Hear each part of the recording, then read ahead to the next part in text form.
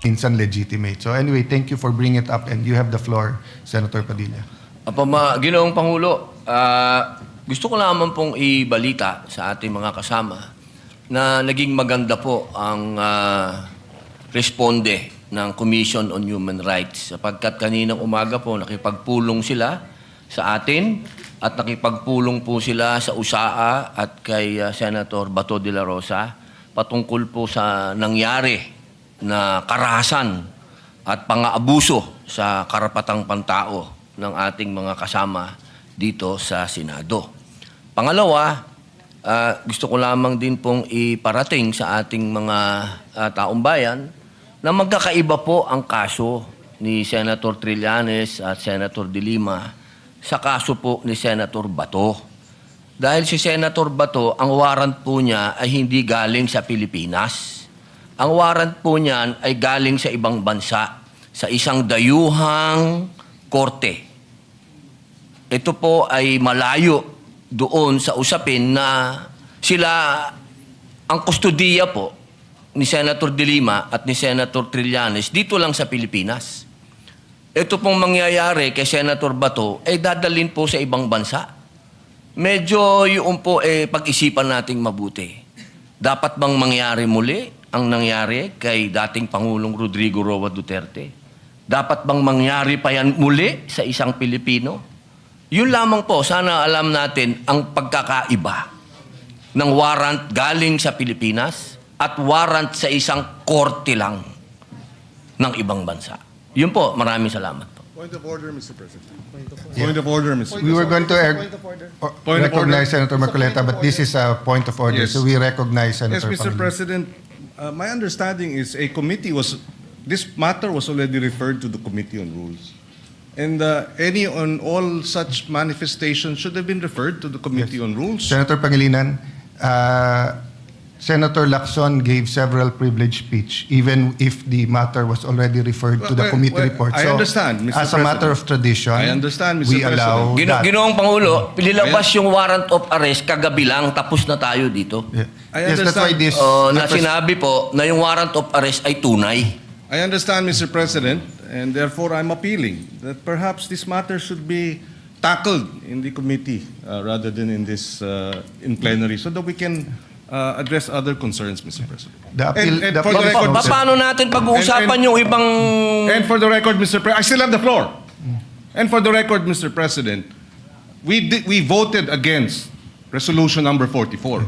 So to say that we have this resolution, yes, but there are senators who voted against it, and therefore it is not necessarily our agreement with the points being raised by the good senator from Camarines Norte. For the record, Senator Padilla did mention a while ago that he doesn't take it against, and he acknowledges that some senators voted against it, and it's on the record. Having said that, the appeal is noted, but I just like to mention that we usually give each other leeway depending on the importance of the matter, and the threat to Senator Bato is live. There's been no official communication that he is free until a Philippine court issues a warrant of arrest. No? So I ask the patience of each member, but acknowledge the statement and the interpretation, the proper interpretation of the rules by Senator Pangilinan. So you May we ask proceed, Senator Marcoleta, Mr. President? Yes, Senator Marcoleta, He's you're been now waiting recognized. for quite a while.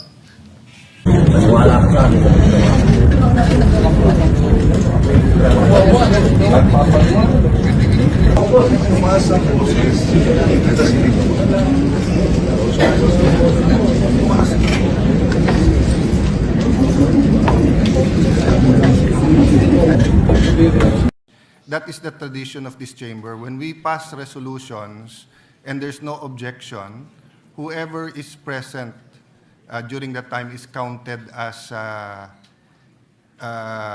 to have voted for it. That Yes. has been the tradition even during the time of Senator Soto. Thank you, Mr. But if President. that is the inquiry, so that we can set straight our rules and the records, if the gentleman wishes, I will refer it to the Committee on Rules and ask them to report out maybe by Monday.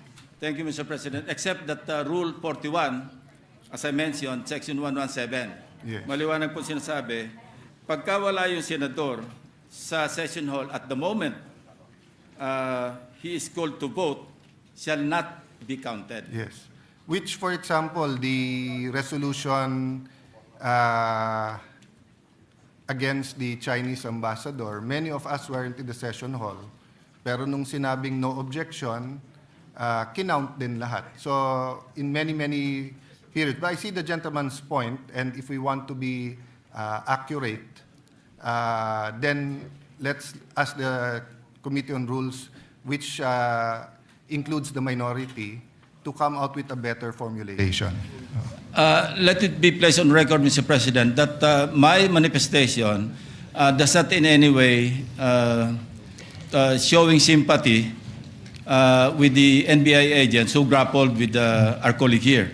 In the first place, Senator De La Rosa is a fellow Cavalier, not to mention a former subordinate in the defunct Presidential Anti-Organized Crime Task Force, and he's a fellow senator. Yes, that's very, So, just to yes, that's just to very set well the record taken. straight. And for the record, Senator Lacson has always stood up if he thinks that there's a misapplication of the rules.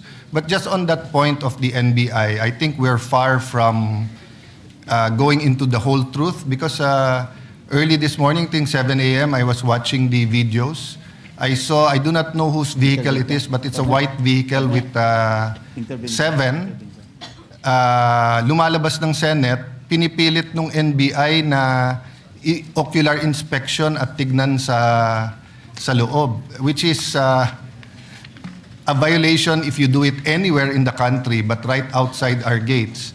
So although we agreed with the NBI director for fact-finding, I think this issue is far from over. So I thank you, Senator Lacson, for making that nuance that you are talking about the rules, not the sentiment of the Senate to protect our integrity. No? On the substantive aspect of my manifestation, Mr. President, para lang hindi na maulit, kasi meron tayong jurisprudence, yung Ong, remember Lincoln Ong of the Parmali controversy, GR number 257401. Bago po ito yung leading case, March 2023. Sinabi ng Supreme Court, and I'll just mention the separate concurring opinion of the no less than the Chief Justice, Alex Gesmundo. Sinabi rito, as succinctly pointed out by the Chief Justice, Alexander G. Gesmundo, witnesses who are charged by Congress with giving false or evasive test, this is pertaining to the committee hearings, pero must be accorded stricter due process. So yung nangyari kahapon sa President, and I was about to ask again, if it was a direct contempt or an indirect contempt. Because if it was an indirect contempt, all the more that they should have been asked to explain first before they were cited in contempt of the Senate and thereafter taken under the custody of the Senate. So procedurally incorrect or infirm yung ating ginawa. Kaya ko lang pinopoint out para i-correct lang natin yung ating sarili. So, the Minority Leader, the former Senate President, first before I comment. Yes, Mr. President. I yield. Yes. All right. Thank you, Mr. President. Do I take it that you mean that the practice that we've had before is that when a vote is taken and no one objects, those who answered the call of the roll are deemed present and are deemed that have approved? I found out when they voted on the resolution where I interpolated Senator Pangilinan. So I was in my room, not on the floor. and I was explained to me that that's the procedure. So even under your Correct. Senate presidency minority leader. Correct. So that's why I was answering Senator Lacson that I see his point, but to my knowledge, that is the tradition. Yes, I agree. As a matter of fact, I agree with what you said in your answer to Senator Lacson. But my point, Mr. President, then in that case, then one of us or I who have voted in favor based on our tradition would like a reconsideration, a Of motion for the- reconsideration of the motion to contempt. To contempt. Not So- because it is, again, like what Senator Lacson mentioned, it's not about, does not have anything to do with the people of the NBI or us or Senator Bato. It's only based on rules. Yes. Why? So, can we move for a reconsideration, Mr. President, so I can explain why?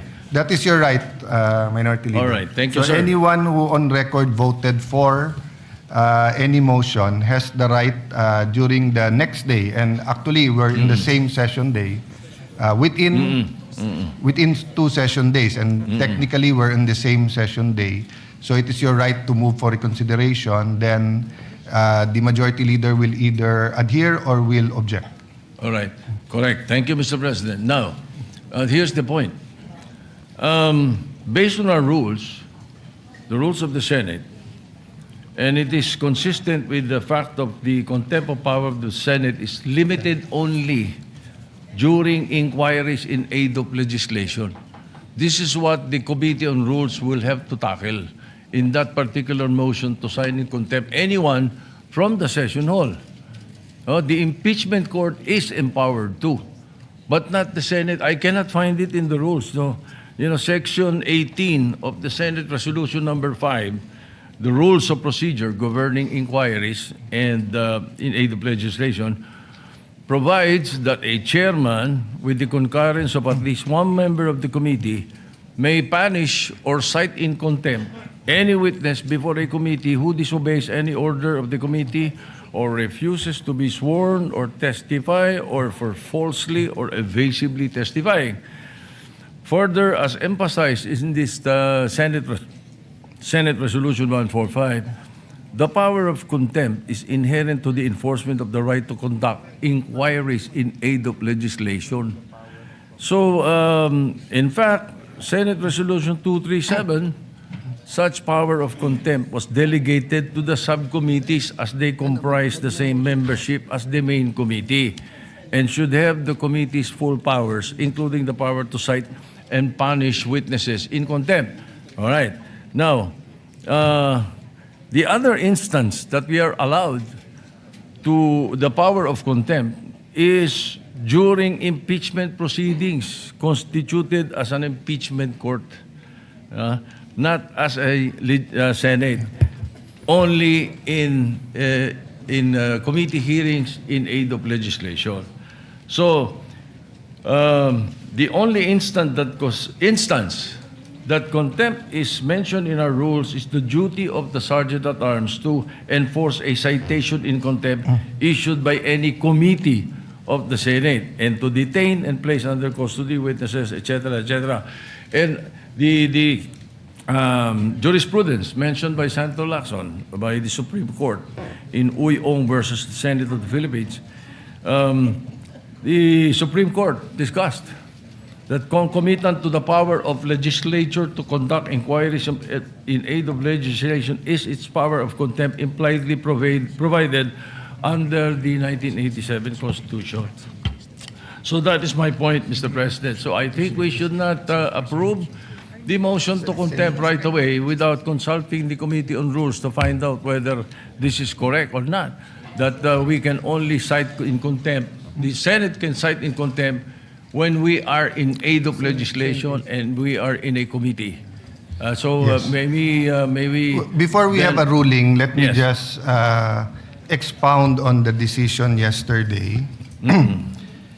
The chair yesterday mentioned that in several Supreme Court decisions, as early as Arnold versus Nazareno, the Supreme Court upheld the inherent right to self-preservation of the legislative body. And the chair explained that if a committee is given a power to hold in contempt, so much more the plenary. And that there are two kinds of contempt. The indirect contempt and the direct contempt. So for example, if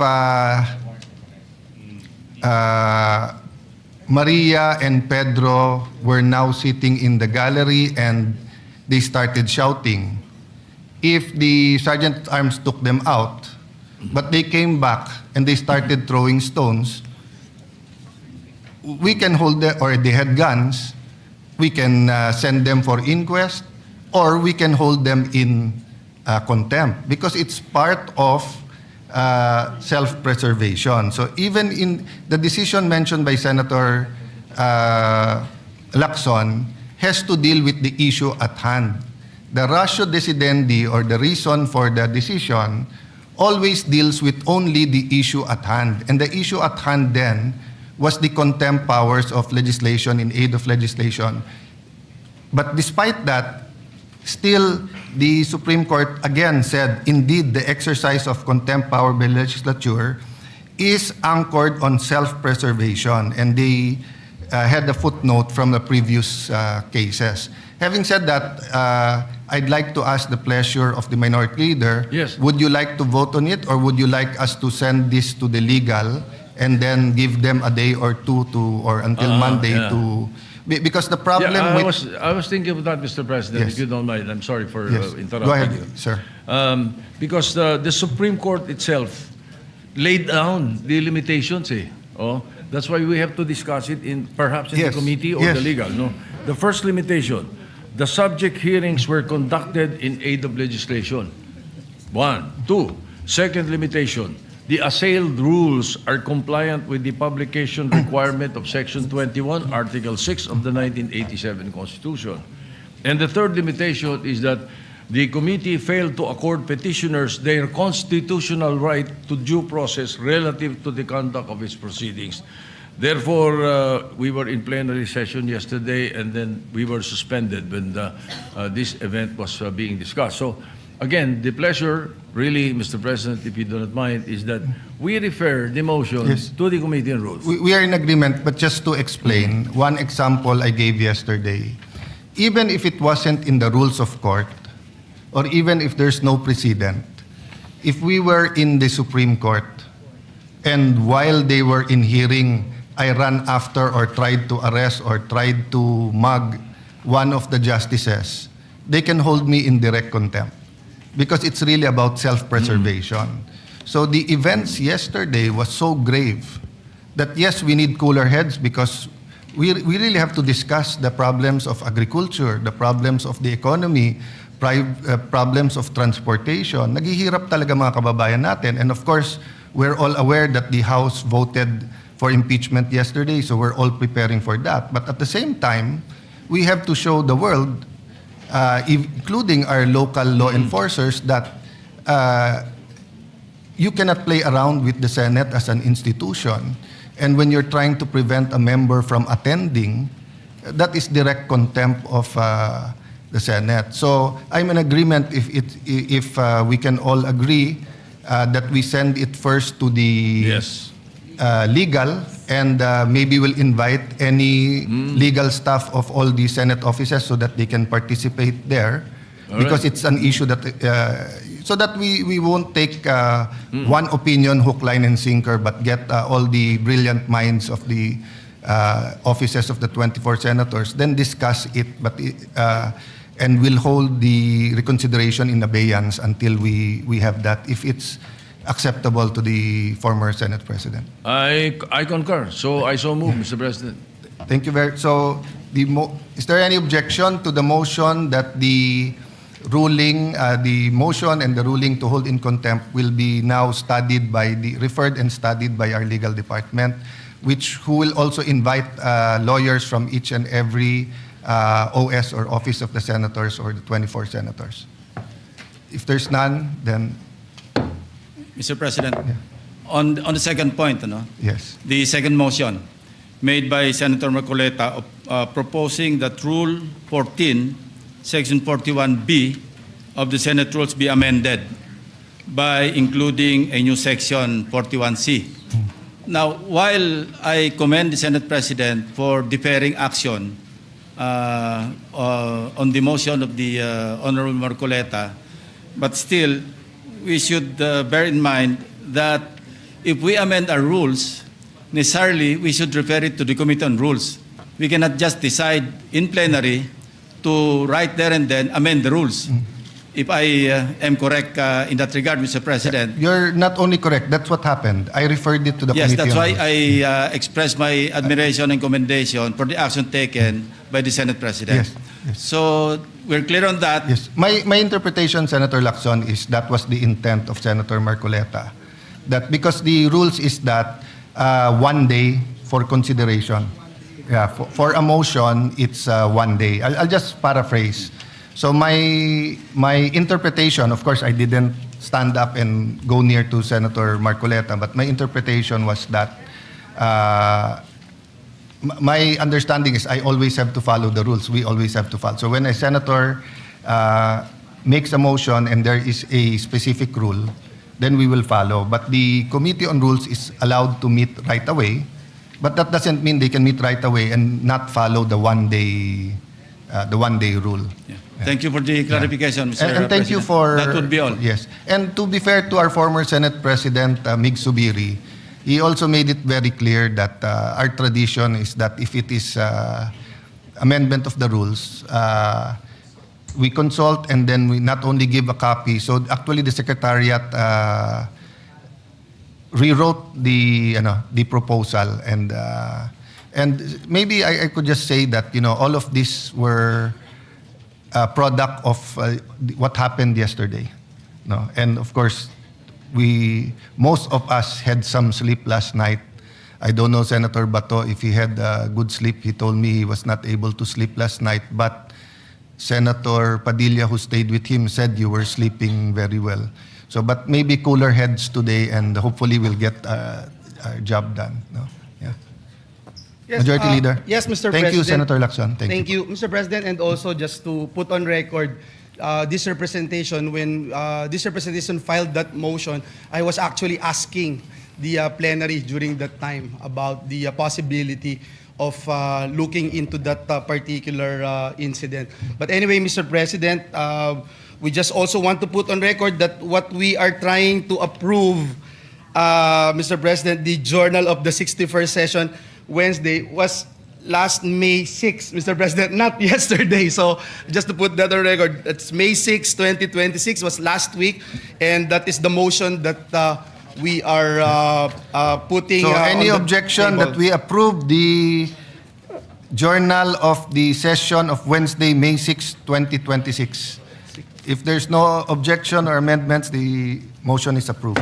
Thank you, Mr. President. And before we proceed, may I just put into the records, Mr. President, our gratitude and thanks for our guests who are here with us, guests of Senator Padilla, the Bangsamoro women from Barangay Maharlika, Taguig City. Mr. President, they are here. Guests of Senator Ontiveros, LGU officials of Bulalakaw, Oriental Mindoro, led by Mayor Lumelito Cabagay. We welcome them in this August chamber, Mr. President. You're recognized and welcome. No?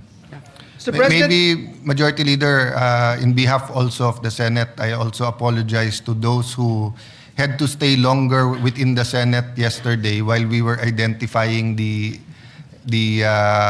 agents who ran after Senator Bato. I think even former CHED head Popoy De Vera and many others were here. And Senator Pia also reminded me that there are hearings scheduled, and just to inform the body, the tradition is even if the positions are vacant, you can continue with the scheduled hearings because they are the same members and the chairman is automatically a member. Senator Bam Aquino? Mr. President, I'd like to clarify. There's a BICAM scheduled for Thursday Yes. on the voucher bill, which has been passed on third reading here and in the House. Shall we also continue with the BICAM for the voucher program, Mr. Yeah, President? if there's no objection, I think we should all continue. And in fact, I'm hoping to have a all senator caucus soon. I just don't know if today or tomorrow to discuss the committees and to even consult the minority even before we offer certain committees. But anything that is pending and should be, I think the only things that are technically on hold is new hearings and the sponsorships on the floor pending designation of chairman. Thank you. Thank you for Thank the you for clarification, asking Mr. that. President. Mr. President, Senator Senator Pangilinan is Pangilinan. also seeking the floor. It's just a clarification as regards the hearings of the committees that can be conducted. When we say we will not be conducting new hearings, does this exclude hearings that were suspended and will just be, under our rules, allowed to resume as the hearings have yet to be terminated? So the tradition is if there's a vacancy in the chairmanship, there's a vice chairman that takes over. But if the vacancy is in all, the Which is the case, Mr. President, yeah, because in all, the chairman can continue the hearings that are ongoing.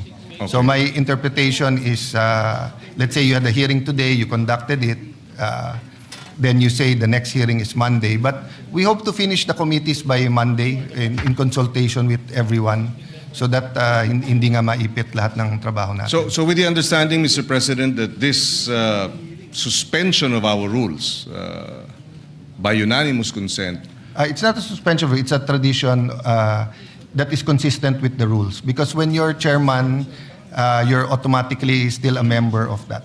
Yes. I'm telling you what the Secretariat informed me yesterday because Senator Pia called me and said, called my attention and told me na presyo ng kuryente yung hearing niya. So unless we designate her again as chairman of energy. So I consulted the Secretariat and they mentioned the tradition that you don't have to cancel the hearing. Just a question, Mr. President. Yes, Mr. Thank you. Independent. Thank you, Mr. President. Independent leader, there's two of you. There's two of us, the two independent leaders here. But Mr. President, just a quick question. Yes, because it's a bit confusing to our colleagues when they asked about their committee reports. Some are already supposed to be handled on the floor, the committee hearings, because I can recall that the motion yesterday was all positions vacant. So if it's all positions vacant, that would also mean the memberships. yes. Mr. President. Because that's correct. Yeah, so I'm just asking for clarification so that we can be guided accordingly. If we do, then we have to reorganize really quickly. That's why, Mr. President, if I may suggest, by unanimous consent, we can suspend our rules.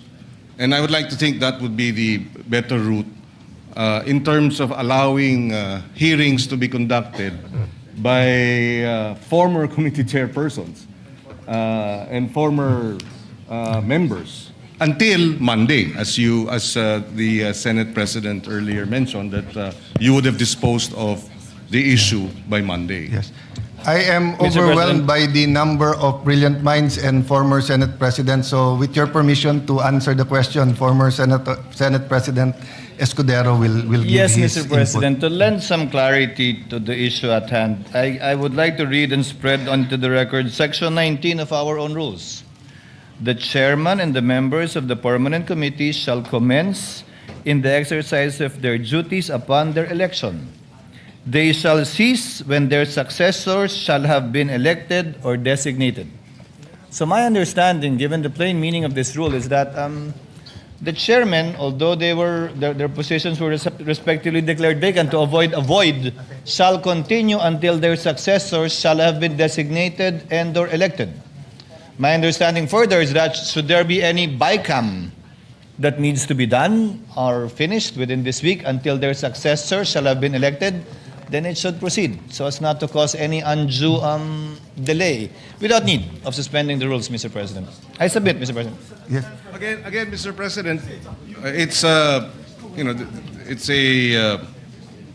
point. Well, the motion yesterday was to declare the positions Yes. vacant. So there is no chair, there is no vice chair, there are no members. So how can a committee convene or continue with its proceedings when there is no chairman, there are no members? Members and chairpersons and vice chairpersons are elected. As a matter of courtesy and tradition, And that's why, yes, instead of just saying the name and then replacing the chairman, which happens in certain instances with the permission of the two individuals. When there is a leadership change, usually there's a question of the chairmanship. So there's sometimes a motion to declare all positions vacant. But that is the brilliance of the rules. The rule is very clear. The chairman and the members of the permanent committee shall commence in the exercise of their election of their duties, and they shall cease when their successor have been elected or designated.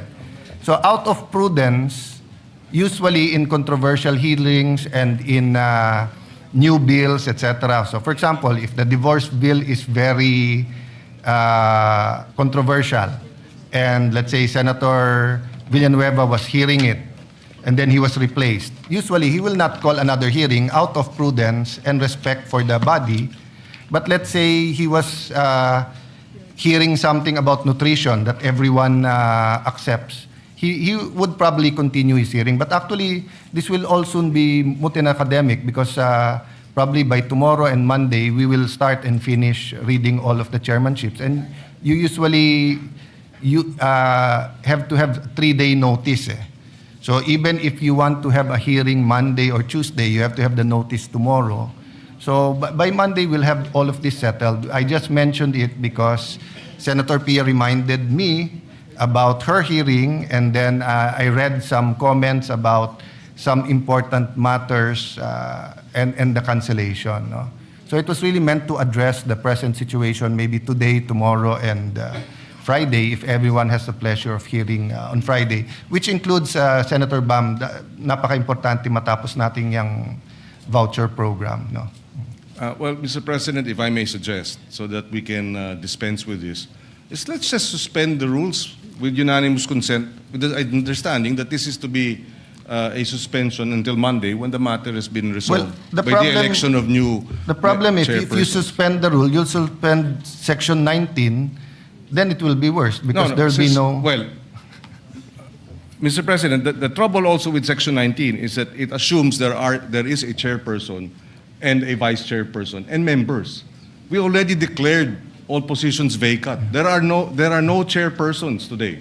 There are no vice chairpersons today. There are no members of all these committees today. So when you say they shall cease, they meaning as chairperson, as vice chairperson, and as members. But that's not the case. We declared all positions vacant. Yes, and it is vacant, but they can continue until their successors have been elected. It is taught in law school that when there are rules, you have to interpret it in a logical way that makes it work. So there will be no reason for this rule if in fact we did not remove chairman, because then the rule would simply be the vice chairman would take over, the senior member, etc. So actually this rule takes care of any situation, including, for example, if 3 senators have resigned and have joined the executive department, and then every member from that committee resigned. Then they will continue to be vice chairman and committee members. If it's your pleasure, Senator, and I sort of see your point, but I see the logic of Senator, we can refer to the Committee on Rules.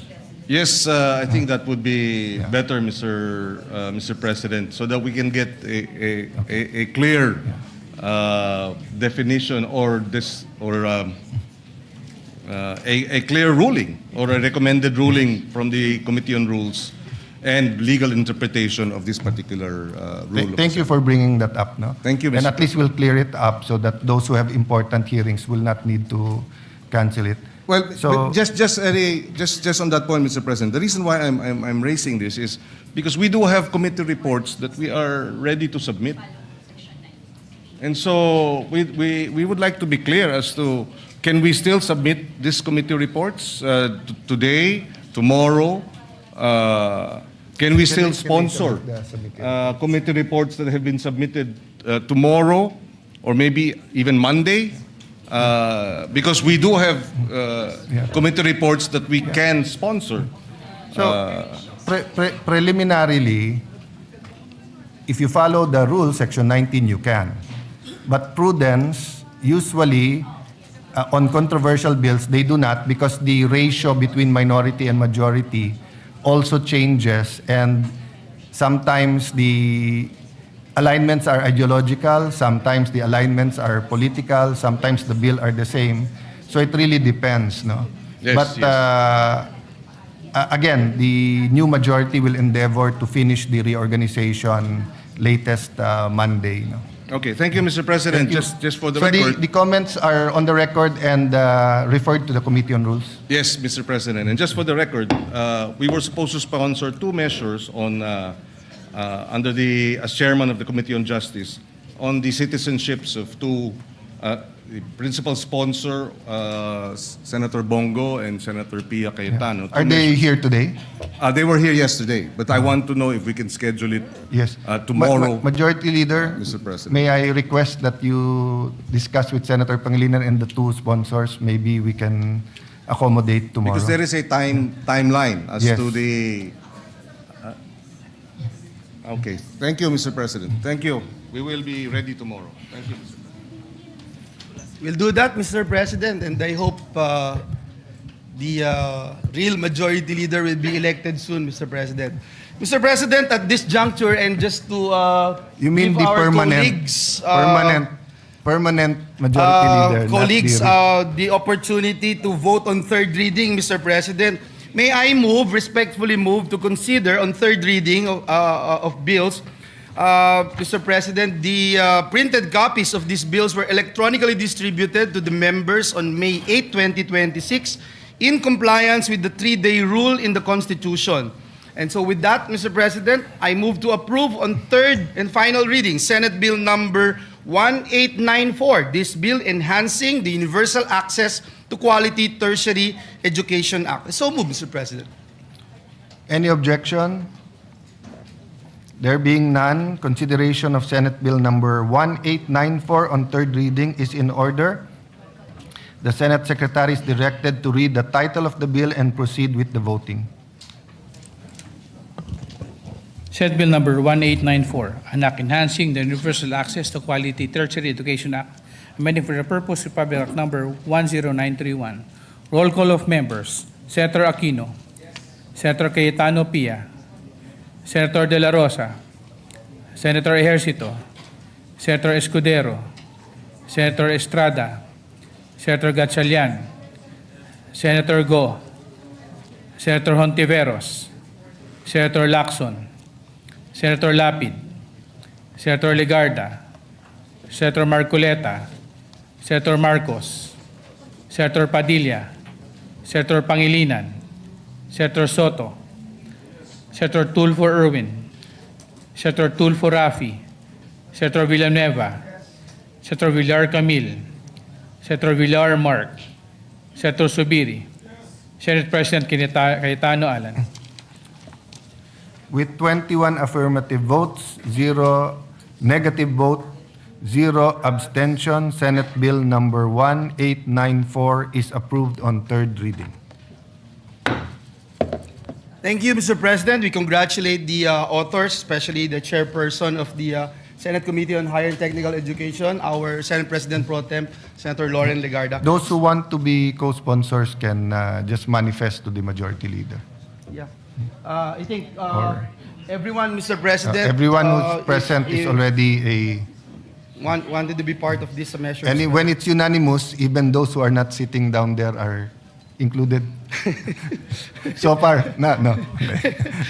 Those physically present and voted. Just physically present, Yes. Mr. Upon President. clarification of Senator Lacson. Just That's a good physically clarification. present. And that is very clear right now. Mr. President, I move that we approve on third reading Senate Bill number 1966.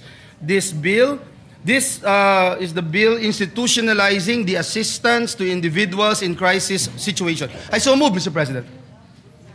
Any objection? There being none, consideration of Senate Bill number 1966 on third reading is in order. The Senate Secretary is directed to read the title of the bill and proceed with the voting. Senate Bill number 1966, an act institutionalizing the Assistance to Individuals in Crisis Situations Program of the Department of Social Welfare and Development, providing penalties for the violation of certain unlawful acts and appropriating funds therefore. Roll call of members.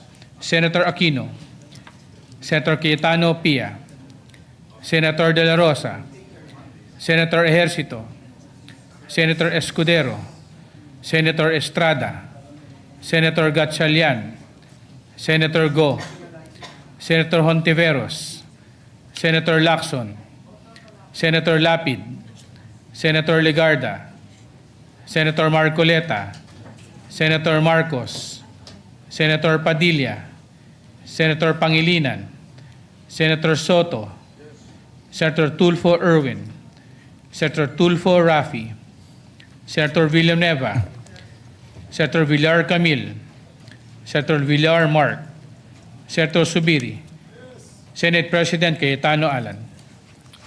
With 22 affirmative votes, 0 negative vote, 0 abstention, Senate Bill number 1966 is approved on third reading. Thank you, Mr. President. We'd like to congratulate all the authors led by the chairperson of the committee, Senator Erwin Tulfo. Mr. President, the good gentleman is seeking the floor. May Senator, with the Mr. indulgence of President, Senator before we Tulfo. recognize Senator Yeah. Erwin Tulfo, there is a Yeah, just a point of clarification. there's a Yes. point of clarification. Maybe Senator Lacson acknowledge is that. recognized. Yes, I would just like to be clarified, Mr. President. In what capacity is Senator Pangilinan sponsoring his a committee report tomorrow? I have a suggestion along that line. Maybe Yes. we can, the body can designate him as, no, in holdover capacity.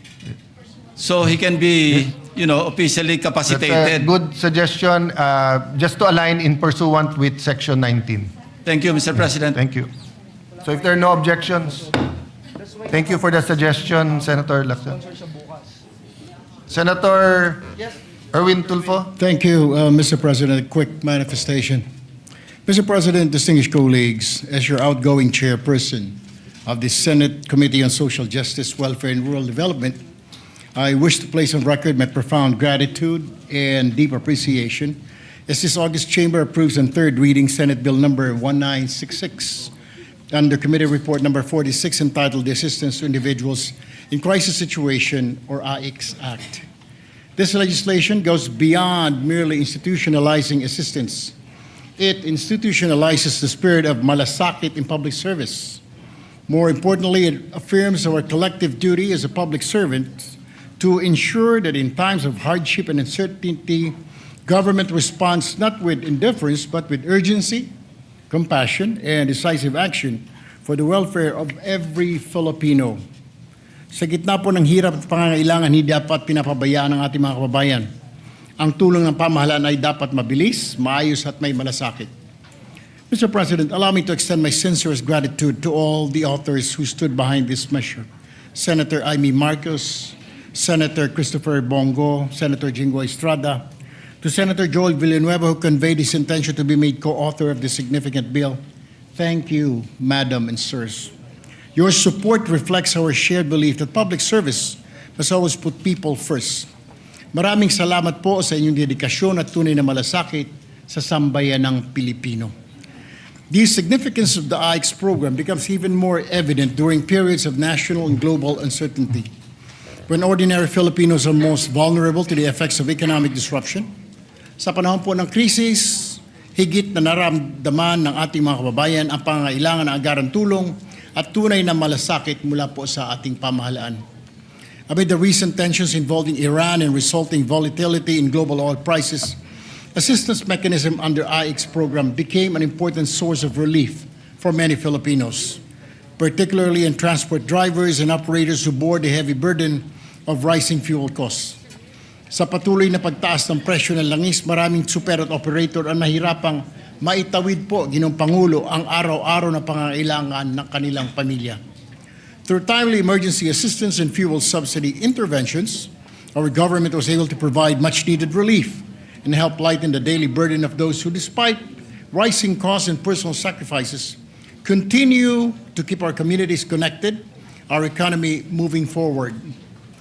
Sa pamagitan po ng agarang tulong mula sa AIX, na ipapakita po natin na ang pamahalaan may malasakit ay hindi po nagpamabaya, lalo na sa mga manggagawang patuloy na nagsasakripisyo para sa sambayanan.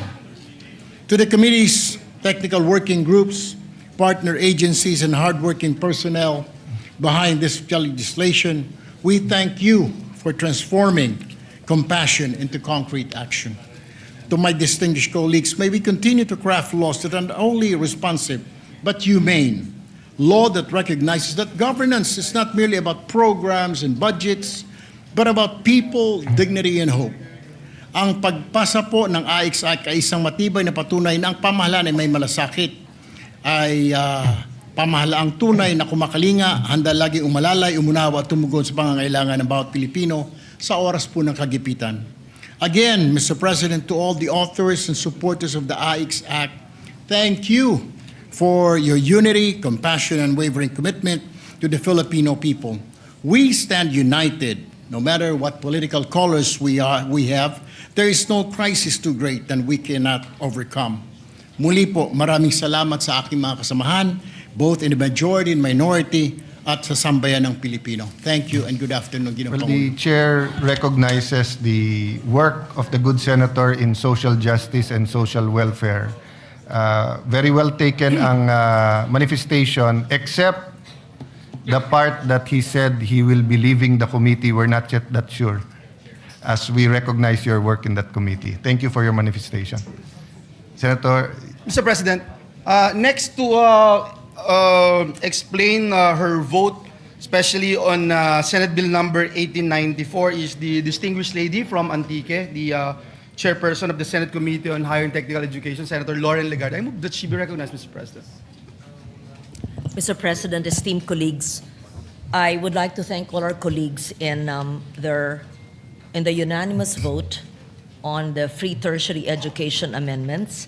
And we know that this measure strengthens RA 10931 and ensures the promise of free and equitable tertiary education, that it truly reaches the poorest Filipino families. EDCOM 2 revealed stark gaps in the implementation of student assistance programs.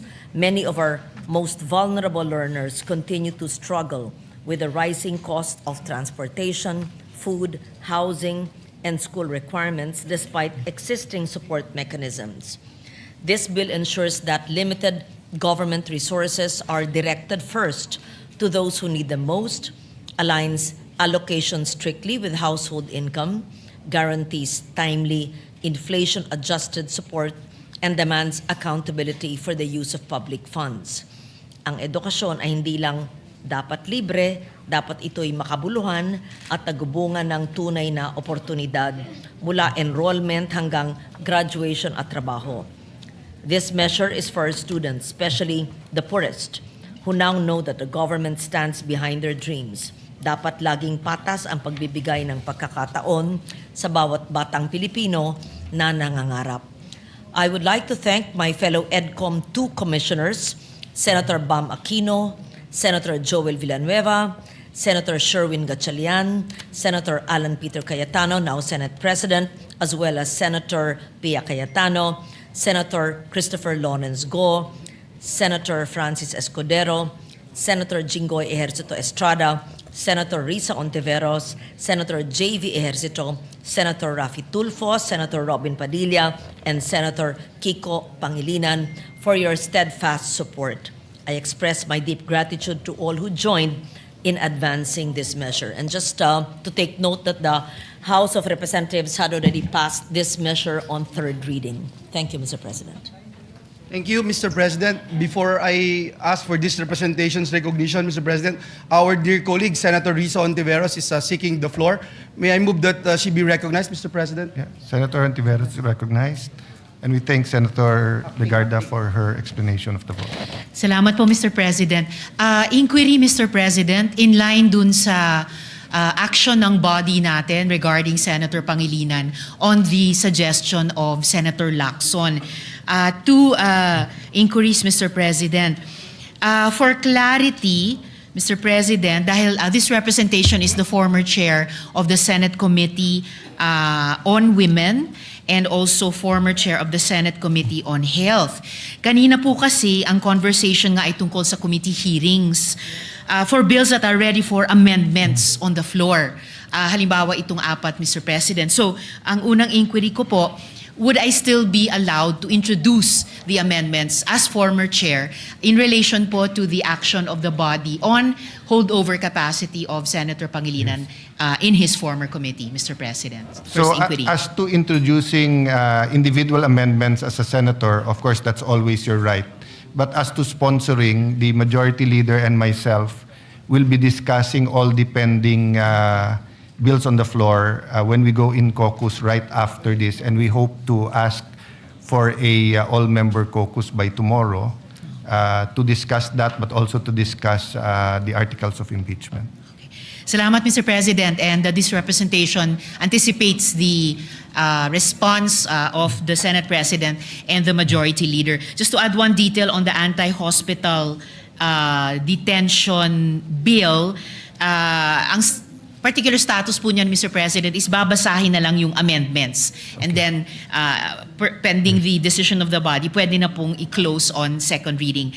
Second and last inquiry for now, Mr. President, regarding the bills that are for interpellation, because lastly, this representation is also former chair of the Senate Committee on Electoral Reforms.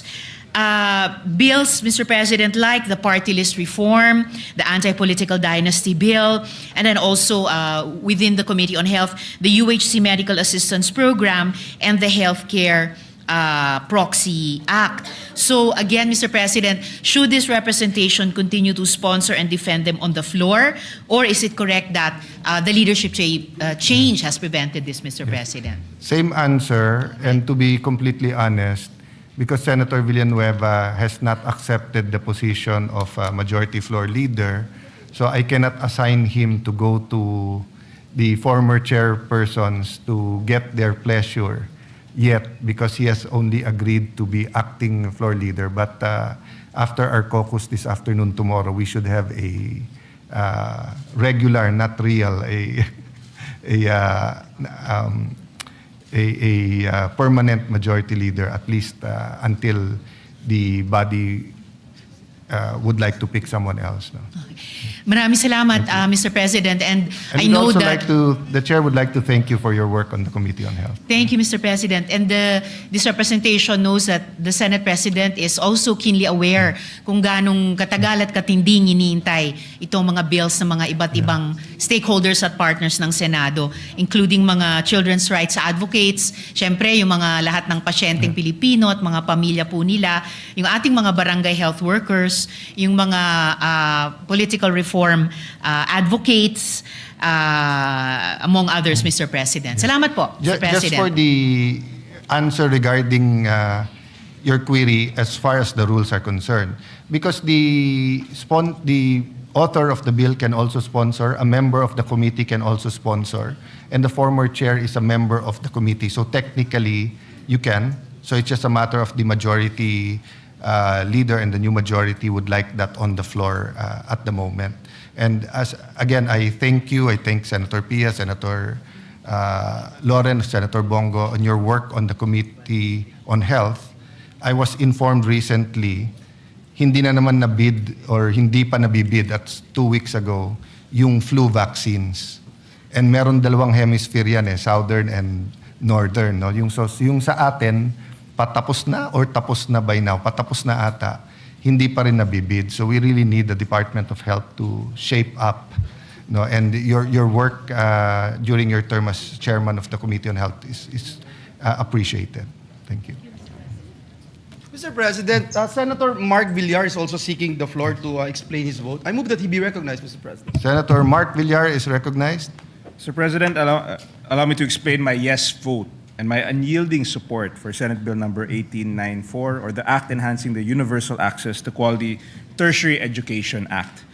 Mr. President, Republic Act number 10931, or the Universal Access to Quality Tertiary Education Act, was enacted to provide adequate funding and similar mechanisms to increase the participation rate among all socio-economic classes in tertiary education. While the law provides for free tuition, it does not cover the incidental expenses of studying and going to school in college. Mr. President, maraming kabataang Pilipino ang gusto makapagtapos ng kolehiyo, ngunit walang sapat na pinansyal na kakayahan upang tustusan ang pang-araw-araw na gastusin sa eskwelahan. Bagaman libre ang tuition fee, mahirap para sa ilan nating mga kababayan ang tiyakin na mayroon silang gagastusin sa pamasahe at pagkain pagpasok sa eskwelahan. Kung kaya, Mr. President, napipilitan ng marami na tumigil sa pag-aaral para magtrabaho upang tustusan ang pang-araw-araw na gastusin ng sarili at ng kanilang pamilya. Sa pag-aproba natin ng panukalang ito, wala nang estudyante ang mapipilitang magtrabaho upang tustusan ang kanilang pag-aaral. Posible na makapag-focus na sila sa kanilang pag-aaral at hindi na iisipin kung saan kukunin ang panggastos. Mr. President, this bill will narrow the gap between the objectives of the free tertiary education law and the glaring realities on the ground faced by the underprivileged and marginalized. Again, I would like to thank the distinguished lady from Antique, Senator Loren Legarda, for shepherding this bill, and of course, Senator Bam Aquino for initially championing this measure in these very halls. With the indulgence of the good sponsor, again, you mentioned it earlier, but I'd just like to reiterate that I would also like to be made a co-author of this bill. Thank you, Mr. President. Thank you, Thank you Senator very much, Villar. Senator Villar. May I be allowed, Mr. President, just to give a very short explanation on this particular measure, because this is also our pet bill, Mr. President. If you accept the position of Majority Leader, then you can proceed. Thank you for being considerate, Mr. President. Mr. President, we vote yes on the proposed amendments to the Universal Access to Quality Tertiary Education Act. When we enacted, Mr. President, this RA 10931 during the 17th Congress, we opened the doors of higher education to millions of young Filipinos. But as the findings of EDCOM 2 have shown, access alone is not enough. Many students continue to face learning gaps, financial pressures, and other barriers that prevent them from completing their education. Now, through the work of EDCOM 2, particularly, Mr. President, in our role as chairperson of the Standing Committee on Technical Vocational Education and Training and Lifelong Learning, we have seen the urgent need to strengthen support systems for learners and make our education system more responsive to present realities. These amendments move us closer to that goal by improving the delivery and targeting of tertiary education support and ensuring that more students are not able to enter school but also complete their education successfully. Kaya, Ginoong Pangulo, hindi lamang po ito usapin ng libreng matrikula, ito po ay usapin ng tunay na oportunidad at mas magandang kinabukasan para sa ating mga kabataan. Muli, binabati natin si Senator Loren Legarda for sponsoring and defending this measure and our co-authors. For these reasons, Mr. President, and as author and co-sponsor of this measure, we reiterate our yes vote. Itaas po natin ang antas ng edukasyon sa Pilipinas. Maraming salamat po and may God bless us all. Thank you. Mr. President, Senator Risa Ontiveros is seeking the floor. I move that she be recognized. Thank you, Majority Leader, for your explanation of vote. Senator Risa Ontiveros. Salamat po, Mr. President. Mr. President, I vote yes to the Enhancing the Universal Access to Quality Tertiary Education Act. The Free Higher Education Law transformed millions of lives, but delays in subsidies and funding gaps have failed many students and strained our SUCs and LUCs. Since 2022, my office has received complaints from students whose tertiary education subsidy arrived late or never arrived at all. Some were forced to stop schooling because they could no longer afford to stay enrolled. Hindi dapat pinapabayaan ang mga estudyanteng nagsisikap makapagtapos. This measure strengthens accountability. It requires UNIFAS to improve and speed up subsidy disbursement and establishes an accessible grievance mechanism so students can report problems and seek redress. Importante rin na sa wakas, prioridad na ang mga pinakamahihirap, lalo na ang mga pamilyang kabilang sa 4Ps. Pinalalawak din ito ang oportunidad para sa mga solo parents at persons with disabilities. Matagal nang sinasalo ng ating state universities and colleges ang kakulangan sa pondo para sa free higher education. Dahil dito, napipilitan silang bawasan ang ibang mahahalagang gastusin at tumanggi sa mga kwalipikadong estudyante. Tinutugunan ng panukalang ito ang problemang iyon sa pamamagitan ng paggarantya ng funding deficiencies sa susunod na GAA.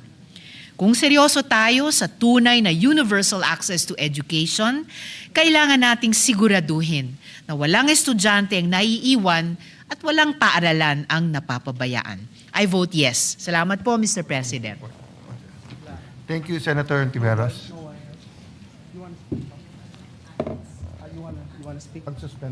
Mr. President, Senator Ligarda is seeking the floor. I move that she be recognized, Mr. President.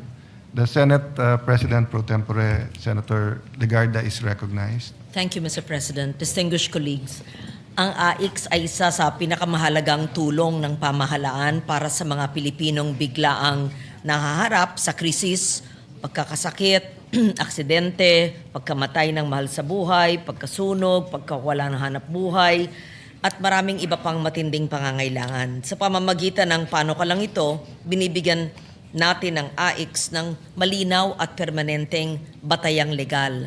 Hindi na lamang ito aasa sa mga issuances at taunang pondo, magkakaroon na ito ng malinaw na mandato, mas maayos na sistema, mas matibay na pananagutan. Mahalaga ring maipasok natin ang mga amyenda upang mas malinaw ang data, mga privacy safeguards, mga maayos ang koordinasyon sa LGUs at mas malinaw ang ugnayan ng AIX medical assistance sa iba pang health assistance programs ng ating pamahalaan. Pinatitibay din ng panukala ang mga pananggalang laban sa pang-aabuso, sa pamumulitika, sa katiwalian, panggigipit sa mga benepisyaryo. Ang ayuda ay dapat makakarating sa nangangailangan, hindi sa pamamagitan ng palakasan, padrino o politika. Mr. President, sa oras ng krisis, ang tulong ay dapat mabilis, patas, may malasakit. Para sa ating mga kababayang nasa kaagipitan ng bawat araw ng paghihintay ay dagdag na pasanin. Kaya ako po ay nagpapasalamat kay Senator Erwin Tulfo na binigyan niya ito ng prioridad at ito ay magiging permanente ng batas at hindi na tayo aasa lamang taon-taon kung anong ilalagay ng ating pamahalaan. Dahil po dito, buwaboto ako ng oo sa panukalang institutionalization of the AIX program. Thank you, Mr. President. Thank you, Senator Legarda. Mr. President, Majority Leader. Senator Bongo wishes to explain his vote. I move that he be recognized, Mr. President. The Chair recognizes Senator Bongo. Mr. President, I rise to explain my yes vote on Senate Bill 1894, a measure that seeks to amend Republic Act Number 10931 or the Universal Access to Quality Tertiary Education. Ito po yung final ko naman po ay Expanded Free Tertiary Education. Ngayon po ay pinangalanan na po ito na an act enhancing the Universal Access to Quality Tertiary Education Act, amending for the purpose Republic Act Number 10931. Kahit bago pa po ako naging senador, I have been a strong advocate for education at ako po ay naniniwala na ang edukasyon po ay pundasyon ng bawat kabataan at dala-dala nila ito hanggang sa kanilang pagtanda. At naniniwala po ako na ang kabataan po ang kinabukasan ng ating bayan. Noong 2017, nilagdaan po ni former President Rodrigo Duterte ang Republic Act Number 10931. Naging libre po ang tuition sa ating mga state universities and colleges. Isa itong makasaysayang hakbang tungo sa mas pantay na oportunidad at mas maayos na kinabukasan para sa kabataang Pilipino. We thank the champions of this law in the 17th Congress, headed by the principal sponsor, Senator Bam Aquino, who fought it to make it possible, Senator Mig Subiri, na pinaglaban rin po ito. Marami pa iba. Then Senate President Tito Soto, mga kasamahan natin na dito, Senator Lacson, Senator Riza. Hindi pa po ako senador nito noon. Senator Kiko, Pangilinan, Senator Gatchalian, Senator Estrada, sino pa ba? Hindi, Senator JB Ejercito, Senator Ligarda, Senator Pia Cayetano. Marami pong nakipaglaban during the 17th Congress. But during cabinet deliberations, talagang meron pong kumukontra dyan ng mga finance managers. At they recommended sa presidente na i-veto po ito dahil karagdagang gasto sa gobyerno. Concerns were raised by economic managers regarding its fiscal impact.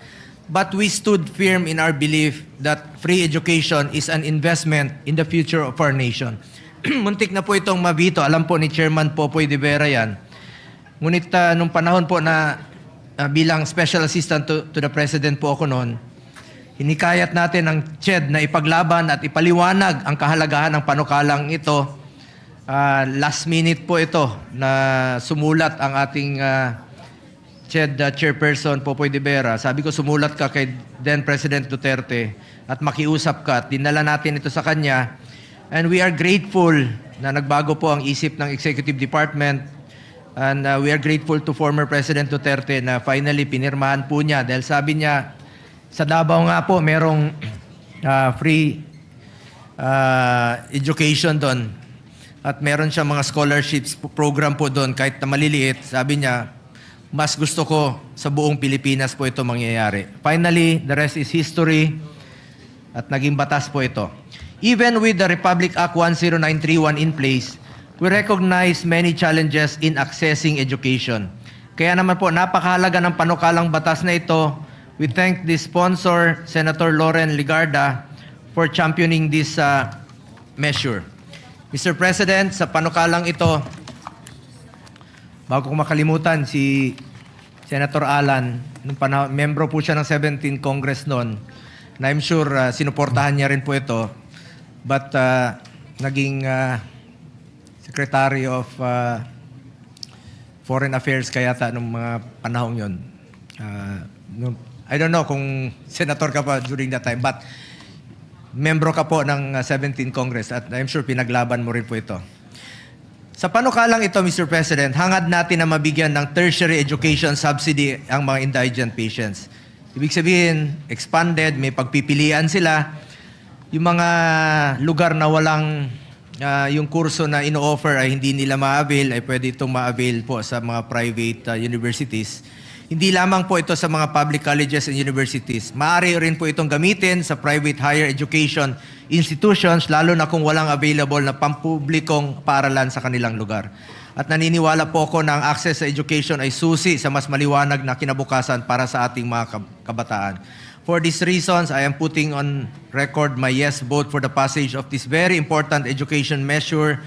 Salamat, Mr. President. And likewise, as one of the authors of Senate Bill number 1966, which seeks to institutionalize the assistance to individual in crisis situations. Ito po yung AIX, kilalang-kilala po ito na programa ng DSWD. I want to manifest my yes vote to the measure. Sa pag-ikot ko po sa buong bansa, I have seen families who have lost everything, homes, livelihoods, and in some cases, hope. Ang AIX ay matagal nang nagsisilbing lifeline ng ating mga mahihirap na kababayan, lalong-lalo na po sa panahong sila ay naharap sa biglaang krisis tulad ng sakuna, sunog, pagkakasakit, pagkamatay ng mahal sa buhay, aksidente at iba pang hindi inaasahang pangyayari.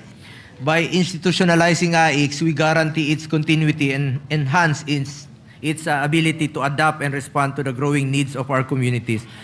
Sana po wag lang gamitin sa politika ang AIX at dapat po gamitin ito sa mga mahirap nating kababayan. Klarong-klaro naman po ang AIX.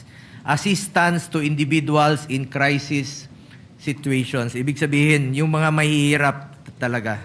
At wag sana gamitin sa pamumulitika ang ayuda at tulong sa ating mga kababayan. We congratulate and thank the sponsor, Senator Erwin Tulfo, for prioritizing this measure. With this bill, we affirm to the Filipino people that in times of crisis, the government stands ready to extend a helping hand. Maraming salamat po, Mr. President.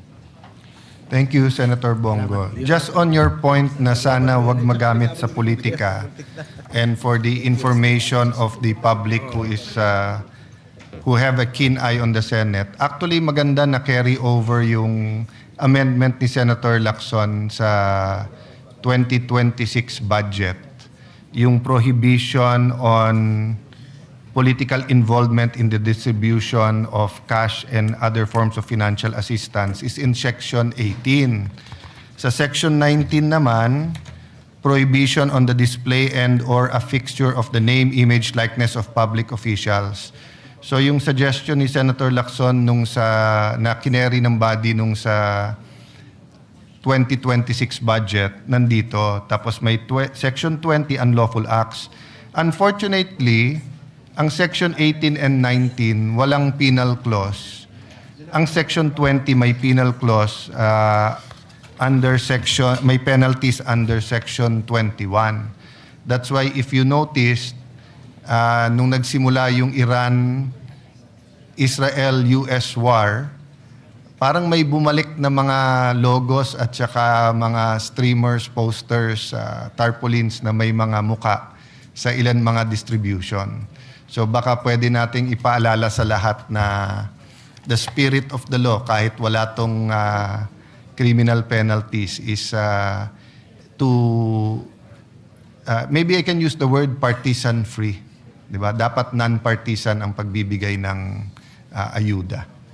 Mr. President, nalimutan ko lang po kanina. Salamat rin kay Senator Chis Escudero, Senator Angara, Senator Grace, and Senator Nancy Binay. And of course, headed by our finance chair, Senator Loren Legarda, Senator Pia, na pinaglaban po itong free tertiary education. Salamat po, Mr. President.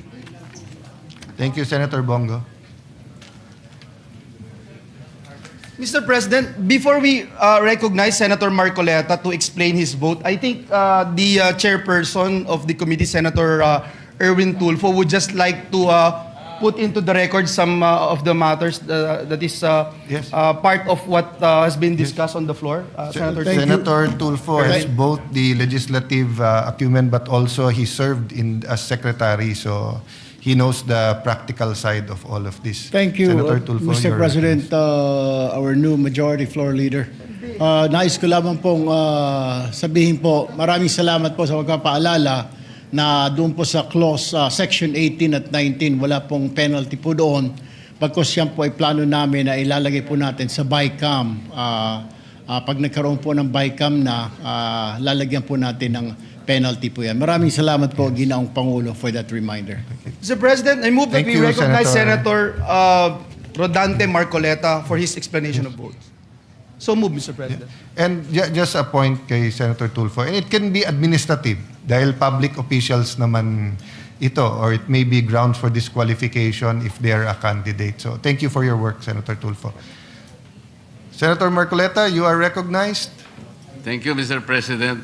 Mr. President, I voted yes in relation to Senate Bill 1966.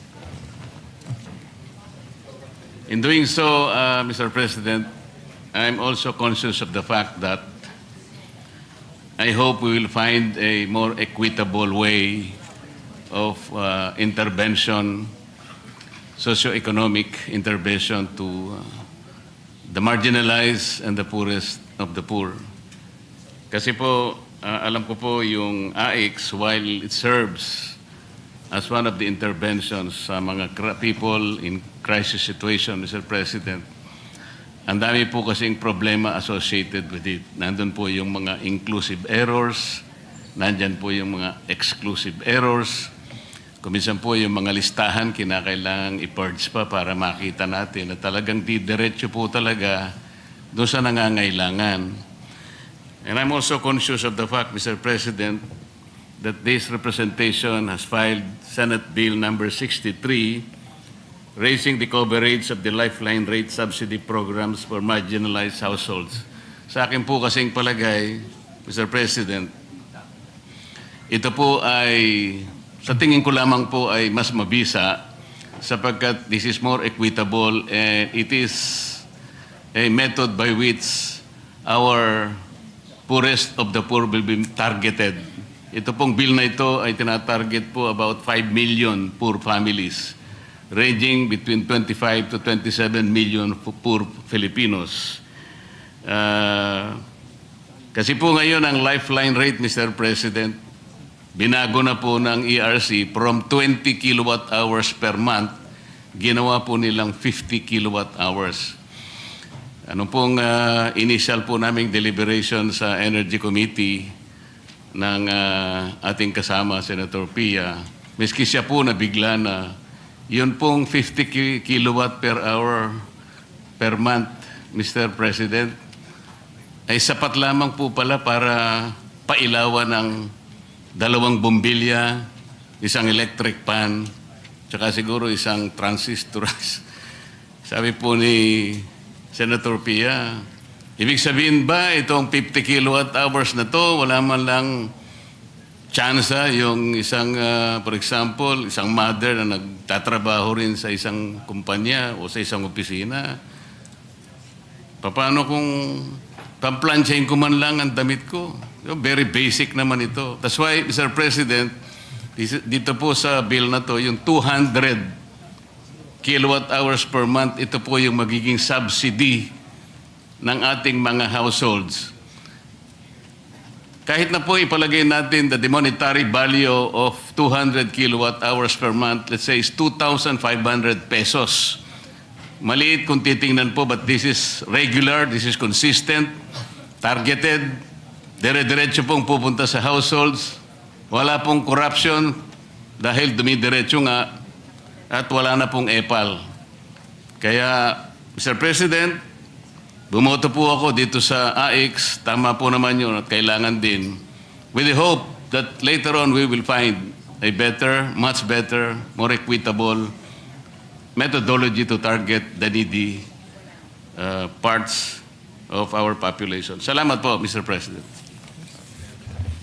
The Chair agrees with you, Senator Marcoleta. There's a balance between ayuda, the financing or capitalization of micro, small, medium enterprise, between the social interventions to the poorest of the poor. We should also look at, for example, free internet for the poorest of the poor, di ba? Kasi pareho na rin ngayon ang internet sa tubig at kuryente. Pagka ang bata walang internet tapos online yung classes, parang hindi na rin nag-aral yung bata. Thank you for your interventions, Senator Marcoleta. Yes, Mr. President. Mr. President, the gentleman from Nueva Ecija and Bicol region, Senator Robin Hood Padilla, is seeking the floor. I move that he be recognized, Mr. President. You're recognized, Brother Robin. Assalamualaikum, and thank you for coming in a very beautiful barong today. Maraming salamat po, Ginoong Pangulo. Walaikum salam. Ako po ay nandito sa inyo pong harapan. Ginoong Pangulo, ako po ay gusto ko lamang pong linawin ang ilang mga bagay patungkol po sa napakarami pong lumalabas ngayon. Iba't ibang komento, iba't ibang opinyon na parang ang dating sa taong bayan ay magulo tayo dito. Yun po ay hindi magandang impresyon. Sapagkat yung pong nangyari na ang ating mahal na kasama, Senator De La Rosa, noong siya po ay lumabas dito sa atin, malinaw na po na merong warrant of arrest galing sa ICC. Kung nung mga panahon po dati ay kine-question siya, tinatanong siya kung bakit siya nagtago. Ngayon po ay wala ng question. Ako po ay nagsasalita bilang isang artista. Sapagkat ginawa ko na po ang mga buhay ng mga magagaling na tao. Katulad po nung ginawa ko ang buhay ni Senator Lacson yung 10,000 hours, pati po yung kanyang pagtatago, yun po ay sa kadahilan ng may prinsipyo siyang pinaglalaban. At ganoon din po, nung ginawa ko ang buhay ni Senator Bato de la Rosa, may pinaglalaban na prinsipyo itong taong ito. Hindi siya kriminal. Ang napakapangit po na impresyon na binibigay, parang tayo dito sa Senado ay nagtatago tayo ng kriminal. Wala pa pong kriminal dito. Wala pa pong napapatunayan dito. At higit sa lahat, Ginoong Pangulo, ngayon lang po natin napatunayan na tama ang sinasabi ng ating mahal na kasama na may warrant of arrest sa kanya ang ICC. Kaya dito po sana, Ginoong Pangulo, nabubura na yung sinasabi na siya'y nagtatago ng walang dahilan. Yun po yung sana ang maging maliwanag sa taong bayan na meron din po tayong adopted Senate resolution.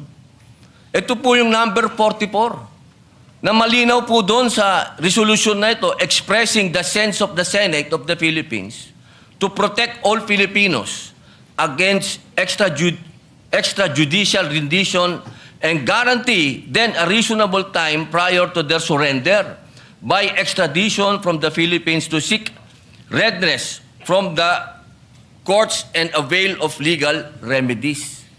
So wala po tayong ginagawang kaimposiblihan dito dahil sinusunod po natin ang resolution natin. Dahil siya po, inaasahan natin at meron din po siyang pending na TRO sa Supreme Court. Ginoong Pangulo, sana wag po tayong magkaroon ng mga mixed messages dito. Hindi ko po hinihingi doon sa ating mga kasama na bumoto ng no dito sa resolution nito na pumanig kay Senator De La Rosa.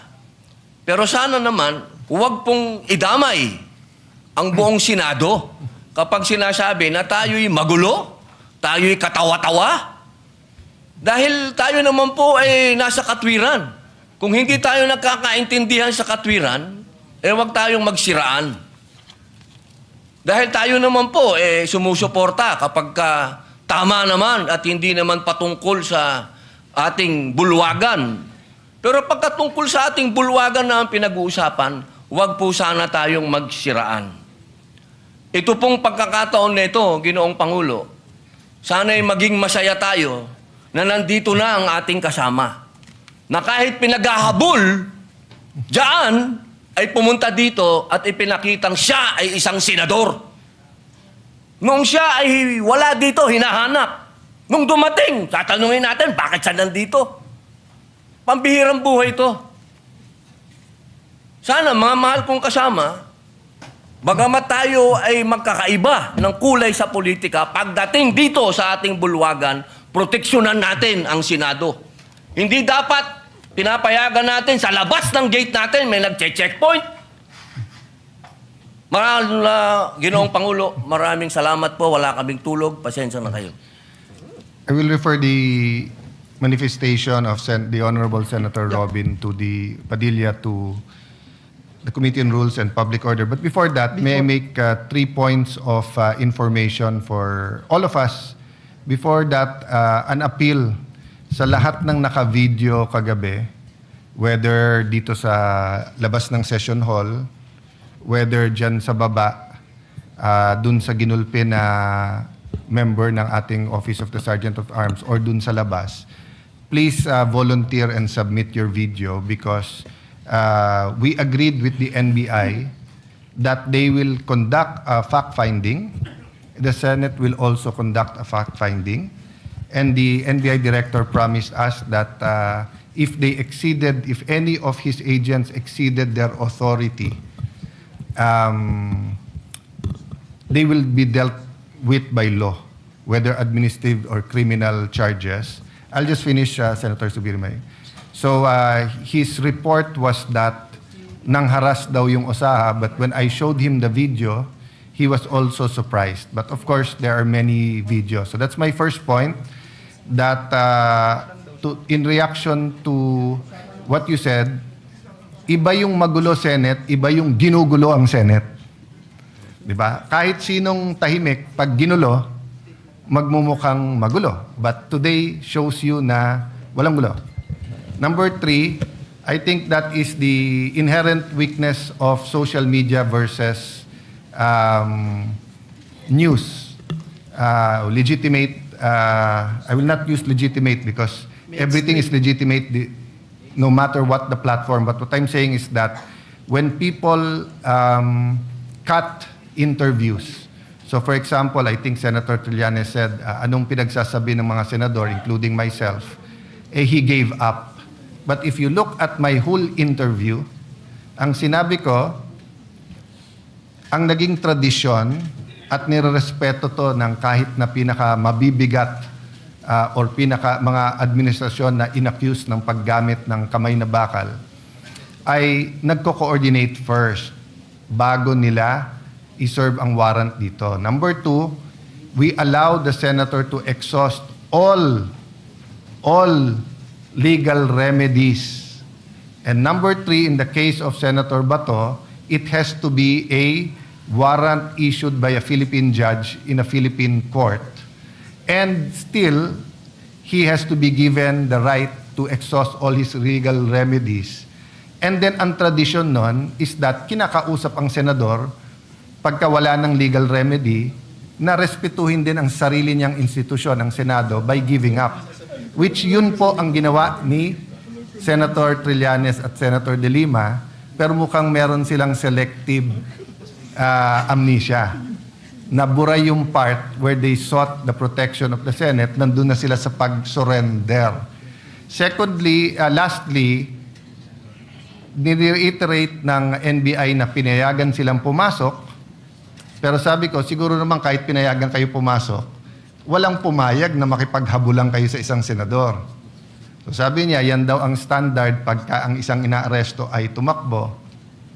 Ngayon, ang sabi naman namin, look at it from our point of view. May session, we were in session, alam niyong kailangan yung boto niya, tapos hahabulin niyo para hindi makapasok ng session.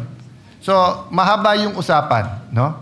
But we and Senator Aimee, Senator Pia, Senator Loren were the voices of the institution yesterday.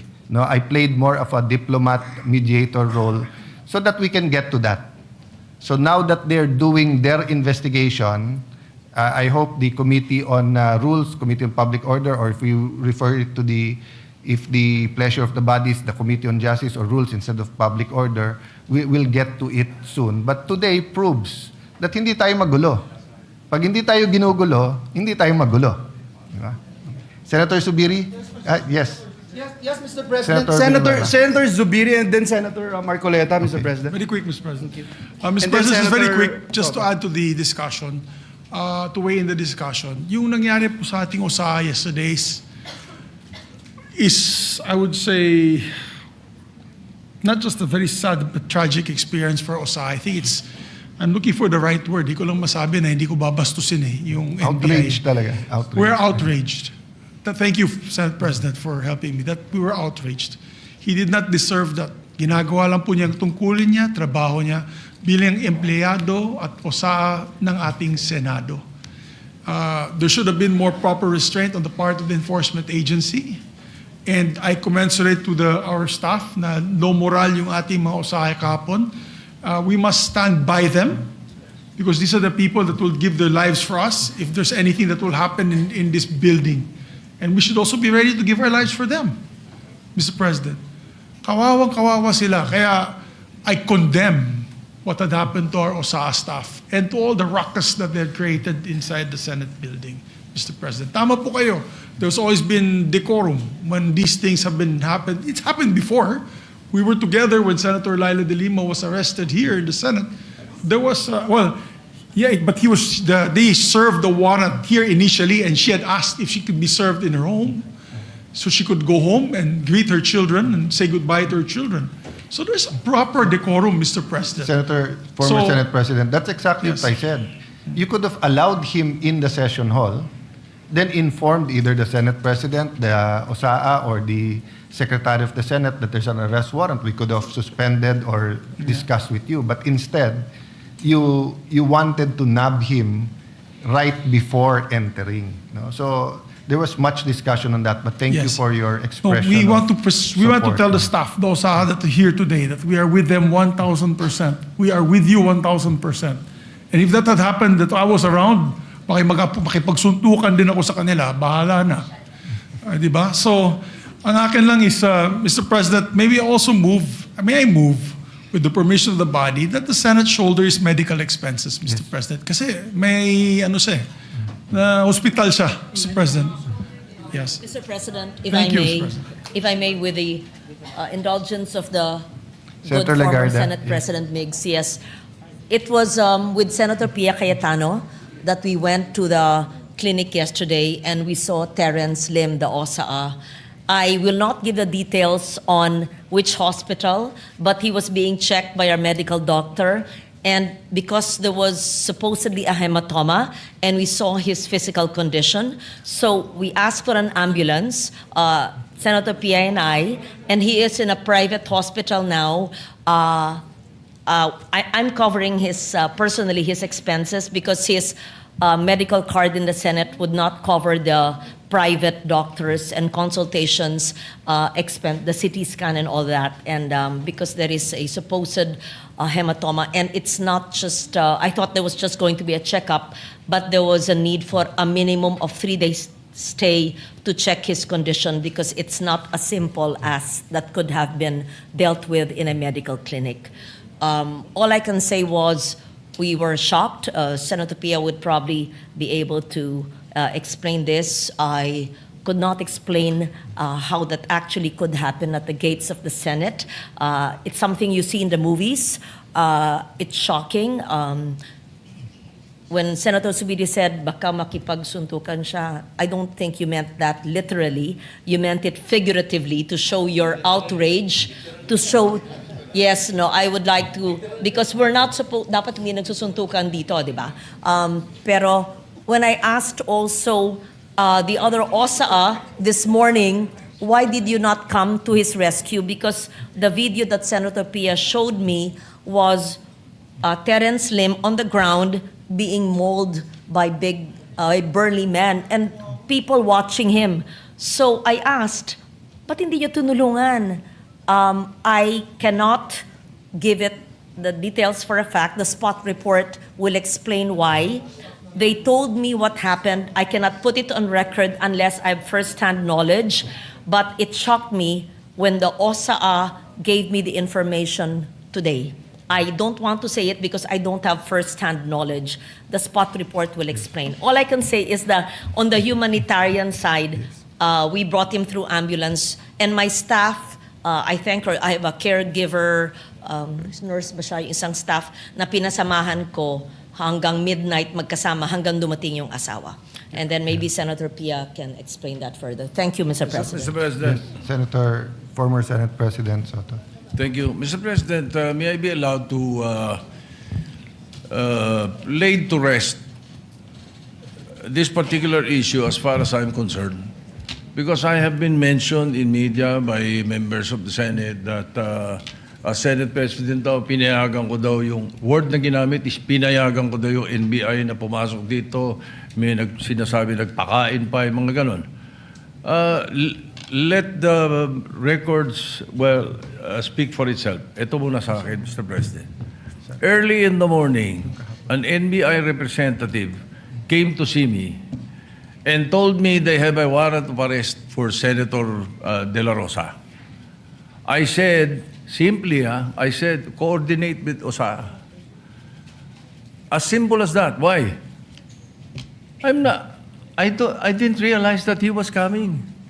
I didn't know that he was going to be there in the afternoon. I just thought it was a simple information given the Senate President that a member of the Senate was being issued a warrant of arrest. It was simple as that. Yeah. Kaya, hindi pa pwede, little did I know that, Senator De La Rosa, after 7 months of not being here, will suddenly come. Kaya, ganun kasimple lang yung sinabi ko. Coordinate with the OSA. So, put that to rest. Baka ang iniisip kasi, ang narinig ko, sa intindi ko, pati ang tanong ng media sa akin, pinayagan ko lang lahat yan nangyari na yan. Kung saan sinasabi ganun eh. You know, if I had known that he was coming, if you informed me that he was coming, I would have had a different perspective. You know, like what happened with the CIDG when they issued the subpoena to Senator De La Rosa's office. Simple. Walang issue, walang problema. Pinadala lang.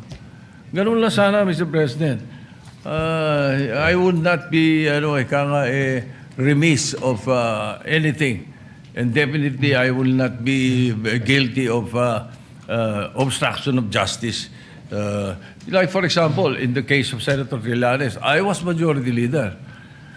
And when he was holed up in his office for, I think, about 1, 2 days, 3 days. But when he was issued and he was showed the warrant of arrest, sumama siya. Binasahan siya ron mismo sa opisina niya eh.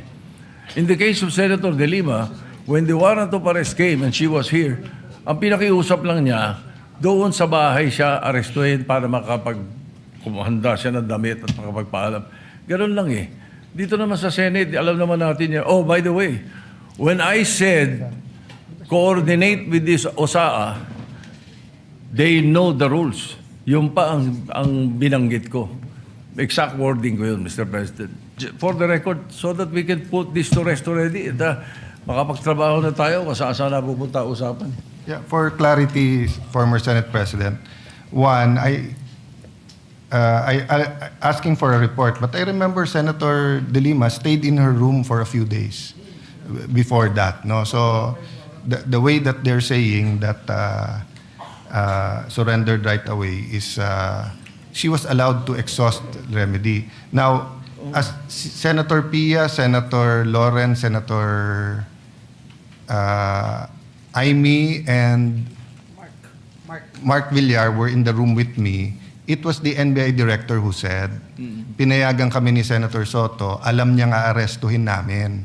Kami ba iikot sa loob at mapapasok ba namin lahat ng tao? So I corrected him. I said, kung pinayagan man kayo, they're my witnesses. I'm just Senate President.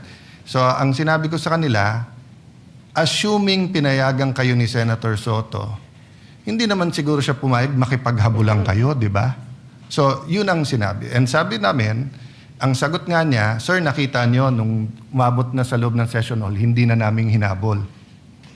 So sabi ko, that doesn't make it less problematic. That means you have to stop, no?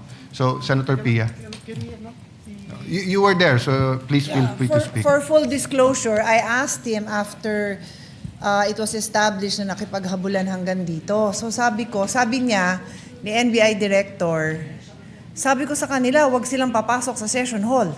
Sabi ko, so ang instructions nyo is hanggang lang makapasok, hanggang dun lang sa pinto bago mag-session hall, hahabulin nyo? And then, medyo hindi niya na sinagot yun. So, that's what is the logical conclusion na hanggang tumungtong sa session hall, habulin nyo, gawin nyo, because I asked, what is your objective na i-serve yung warrant? Yes.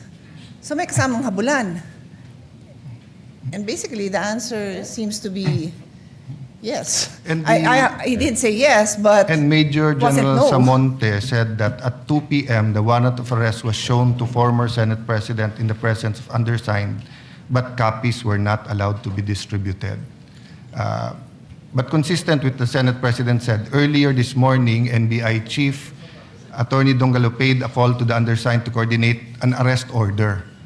As per agreement, the supposedly arrest should be effected when the warrant of arrest is presented as guidance of the former Senate President Vicente Soto. On or about 2 p.m., the warrant of arrest was shown to the former Senate President, the President undersigned, but copies were not allowed. So in the report kasi po, sir, ni Sergeant at Arms, the arrest was coordinated, not just the arrest warrant. That's why maybe the media, this was submitted during the session. Yes, but I clarified that I do not believe that the actual manner. So there are two issues, no? Was it coordinated, which they're saying that they're disputing that. Secondly, the manner in which they carried out the order. Senator... Mr. President, just to put on record, the parliamentary status is that Senator Padilla made a manifestation and he is about to be interpellated by Senator Marcoleta. And so we thank the gentleman for allowing our colleagues to interject. But before we say something, Mr. President, I just wanted to add to what our colleagues mentioned dahil yung mga osaan natin na nagpapakamatay for the Senate institution, Mr. President, pakita natin sa kanila, Mr. President, that we are all out in defending them.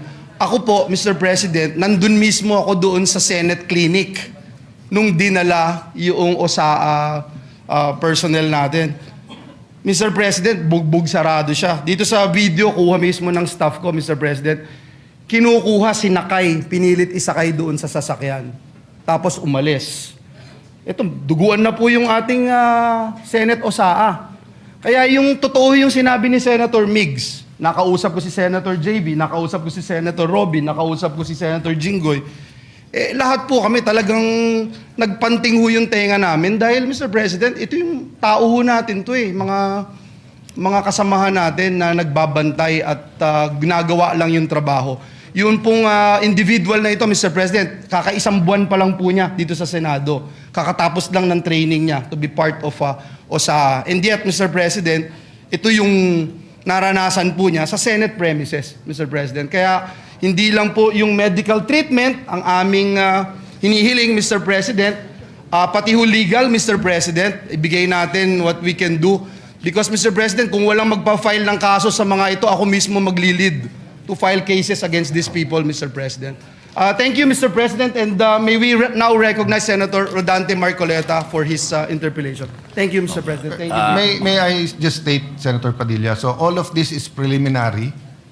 An investigation is going on administratively, but I urge the Committee on Rules to take charge so that we can get all of the facts, because apparently, even with just 24 senators, history repeats itself. I mean, there's been several senators arrested, attempted to be done here, and that's historical. Even during the first parliament, ginagawa ng mga hari reyna yan, hinaharas minsan, or minsan legitimate. So anyway, thank you for bringing it up, and you have the floor, Senator Padilla.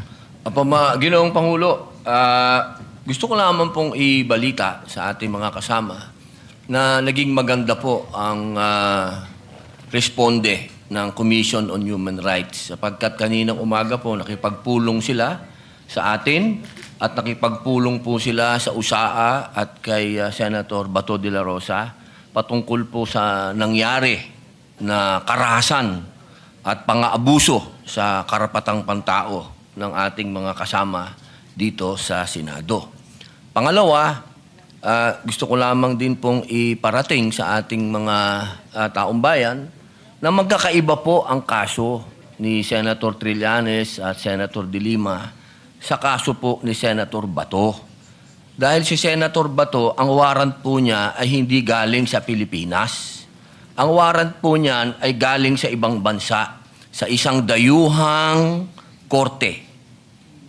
Ito po ay malayo doon sa usapin na sila ang kustodiya po ni Senator De Lima at ni Senator Trillanes dito lang sa Pilipinas. Ito pong mangyayari kay Senator Bato ay dadalhin po sa ibang bansa. Medyo yung po pag-isipan nating mabuti. Dapat bang mangyari muli ang nangyari kay dating Pangulong Rodrigo Roa Duterte? Dapat bang mangyari pa yan muli sa isang Pilipino? Yun lamang po, sana alam natin ang pagkakaiba ng warrant galing sa Pilipinas at warrant sa isang korte lang ng ibang bansa. Yun po, maraming salamat po. Point of order, Mr. President. Point of order, Mr. President. We were going to recognize Senator Marcoleta, but this is a point of order, Yes. so we recognize Senator Yes, Mr. Pangilinan. President, my understanding is this matter was already referred to the Committee on Rules. And any on all such manifestations should have been referred to the Committee on Rules. Senator Pangilinan, Senator Lacson gave several privileged speech, even if the matter was already referred to the committee report. I understand, Mr. As a matter of tradition, I understand, Mr. we allow that. Ginoong Pangulo, nilabas yung warrant of arrest kagabi lang, tapos na tayo dito. Yeah. I Yes, that's why understand. this. Na sinabi po na yung warrant of arrest ay tunay. I understand, Mr. President, and therefore I'm appealing that perhaps this matter should be tackled in the committee rather than in this in plenary, so that we can address other concerns, Mr. President. The appeal, And the for the appeal is record, noted. Paano natin pag-uusapan yung ibang... And for the record, Mr. President, I still have the floor. And for the record, Mr. President, we voted against resolution number 44. So to say that we have this resolution, yes, but there are senators who voted against it, and therefore it is not necessarily our agreement with the points being raised by the good senator from Camarines Norte. For the record, Senator Padilla did mention a while ago that he doesn't take it against, and he acknowledges that some senators voted against it, and it's on the record. Having said that, the appeal is noted, but I just like to mention that we usually give each other leeway depending on the importance of the matter, and the threat to Senator Bato is live. There's been no official communication that he is free until a Philippine court issues a warrant of arrest. No? So I ask the patience of each member, but acknowledge the statement and the interpretation, the proper interpretation of the rules by Senator Pangilinan. So you May may we ask proceed, Senator Marcoleta, Mr. President? Yes, Senator Marcoleta, He's you're been now waiting recognized. for quite a while. Salamat po, Mr. President. Kahapon pa po ako naghihintay. Ang dami na po kasing nagsalita. Sana po kung sino naman yung nauna na nagsabi, pakiunan nyo naman po. Sa akin lang po, nagpo-point of order po tayo, pero tayo rin naman po nagbabiolate ng ating patakaran. Nangyari po kasi yung nangyari kahapon, Mr. President, sa unang kasaysayan, sa kasaysayan ng institusyong ito. Nakita ko po, Mr. President, kung paano ginawa ng mga NBI yung ating pasukan. Gumawa po sila ng checkpoint. Sa akin pong palagay, magmula po nung panahon ng Philippine Assembly, hanggang ngayon, wala pa pong nangyaring gano'n. Dahil po sa respeto sa tatlong dakilang nagkakahating bahagi ng ating pamahalaan, ang executive, legislative, at saka yung judiciary. Ngayon lamang po nagkaroon ng ganitong insidente kung paano niyurakan ang dangal ng institusyon na tayo pa po ang naririto. Mr. President, gusto ko po sanang magtanong ng ilang mga bagay sa ating kasama sa kanyang mga tinuran na pangyayari kaugnay po ng tangkang paghuli kay Senator Bato. Yun ang Pangulo, mas maganda pong makatanggap tayo ng mga katanungan sa ating kasamang kahapon pa nag-aantay. Yes. Salamat po, Mr. President. Please proceed unless you want to postpone that till tomorrow. Mr. President, Your Honor, kanina po ay marami rin pong gustong magtanong sa akin ng mga miyembro ng press. Bagamat tinangka ko po na wag munang umarap sa kanila dahil minsan po, imbes na makapag-clarify ka, lalo pong dumadami po ang mga issues. Kaya ako na pong nagpilit na parang iniiwasan ko na po. Kaya lang, hindi mo po maiwasan. Sa dami po nila, talagang hahabulin ka po eh. Ang una po nilang tanong sa akin, Sir, ipa-aresto niyo po ba si Senator Bato? So sagot ko po, Mr. President, tanong din. Ikaw, kayo, gusto niyo ipa-aresto? Ang sagot sa akin, hindi po, kayong tinatanong namin kasi kayo po ang nandito. Hindi, tinatanong ka rin kita kasi Pilipino ka. Gusto mo bang makita ang isang senador na ibinoto ng sambayanang Pilipino? Aarestuin sa loob mismo ng Senado? Hindi po. Okay, kung ikaw hindi, di lalo na ako. Kayo po ba'y na-interview rin ng ganun? Opo. Sir President? Nakakagulat po sapagkat ako po din mismo, mahal na kasama at idolo namin, Senator Marcoleta. Nagtataka din po ako sapagkat marami po sa mga tanong sa ating ibinabato. Parang tayo pa ay may kasalanan sa pagbibigay natin ng masasabing lugar sa ating kasama dito sa Senado. Samantalang meron naman po tayong adopted resolution number 44. Ako po'y nagtataka talaga bakit ang mga tanong ay para bang tayo ay harboring kagad ng kriminal. Ginoong Pangulo, Your Honor,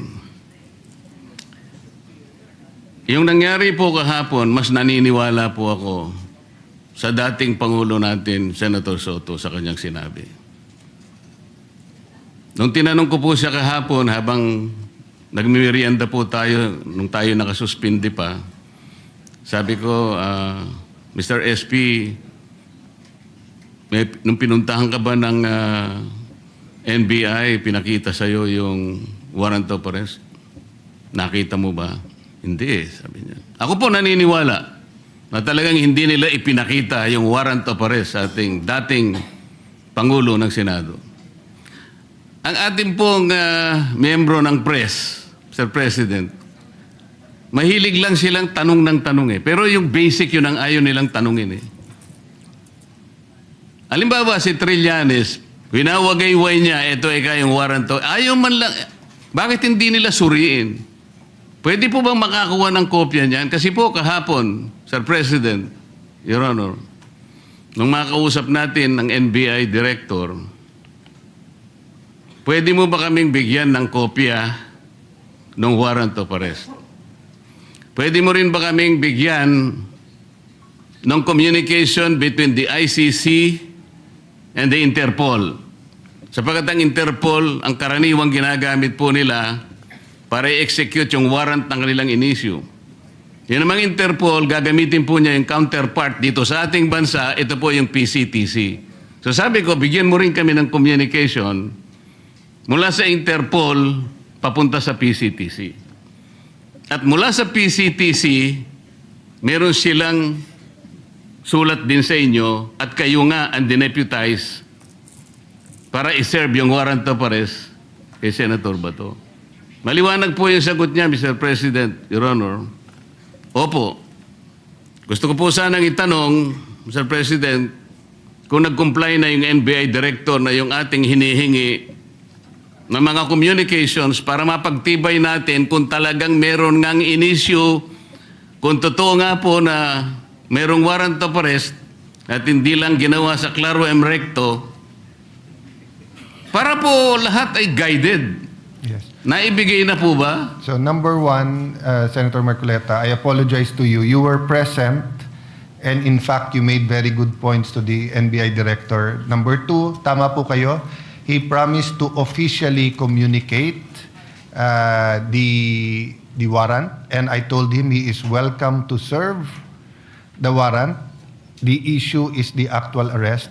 So I asked my staff as to my office, wala. To our secretariat, may na-receive ba tayo from the NBI? Wala pa. So, Yeah, wala pa. Mr. President, Your Honor, doon lamang po sa simpleng requirement natin dahil nung gabing yun, ang sabi niya, hindi lang niya dala, nasa sasakyan niya. So, hindi lang natin siya pinilit dahil yung sasakyan niya nasa labas. Pero, Mr. President, Your Honor, alas 5 na po eh. Yung po bang mga requirements na yun, simpleng-simple po para matukoy lang natin kung talagang merong warrant of arrest.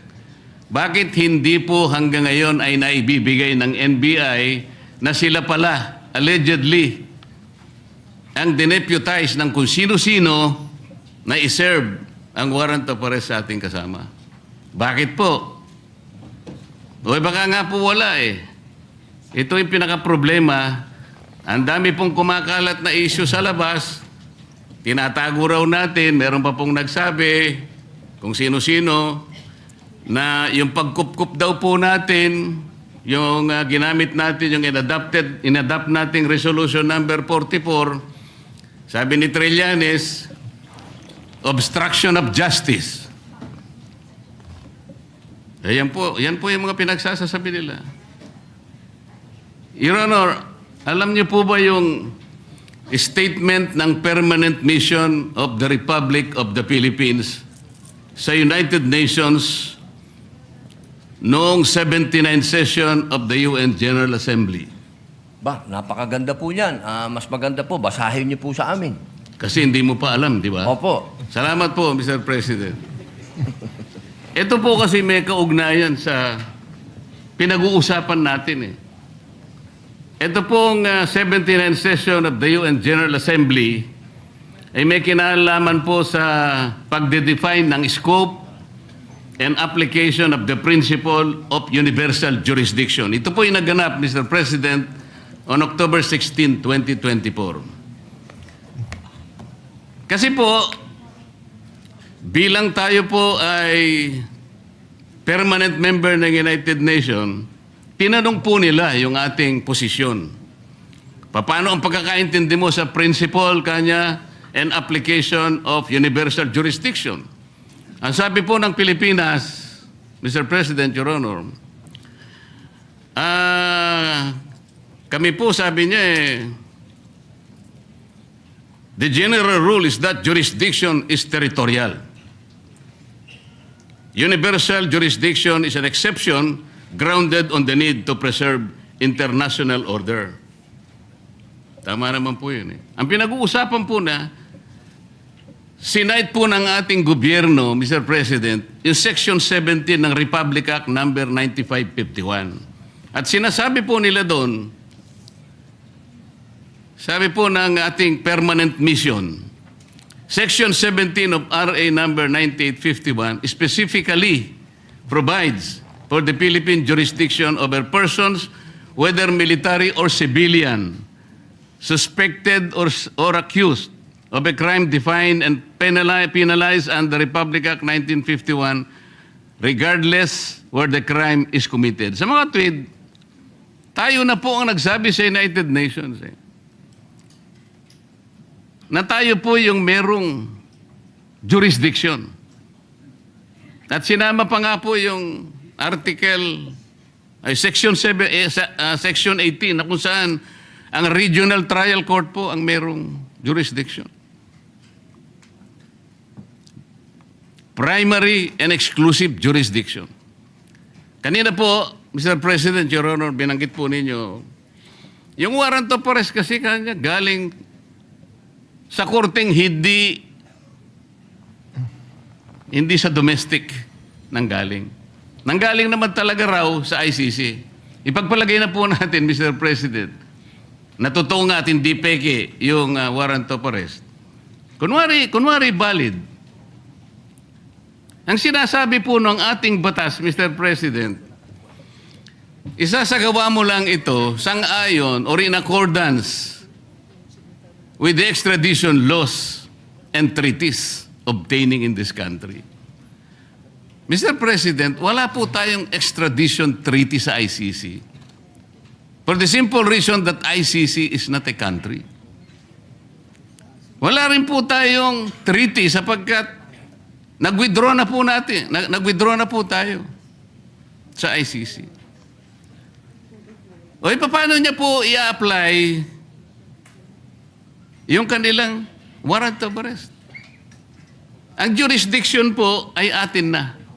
Mr. President, Your Honor, on May 10, 2026, ang ating kasama, Senator Bato, was served a subpoena by the CIDG for the alleged crime of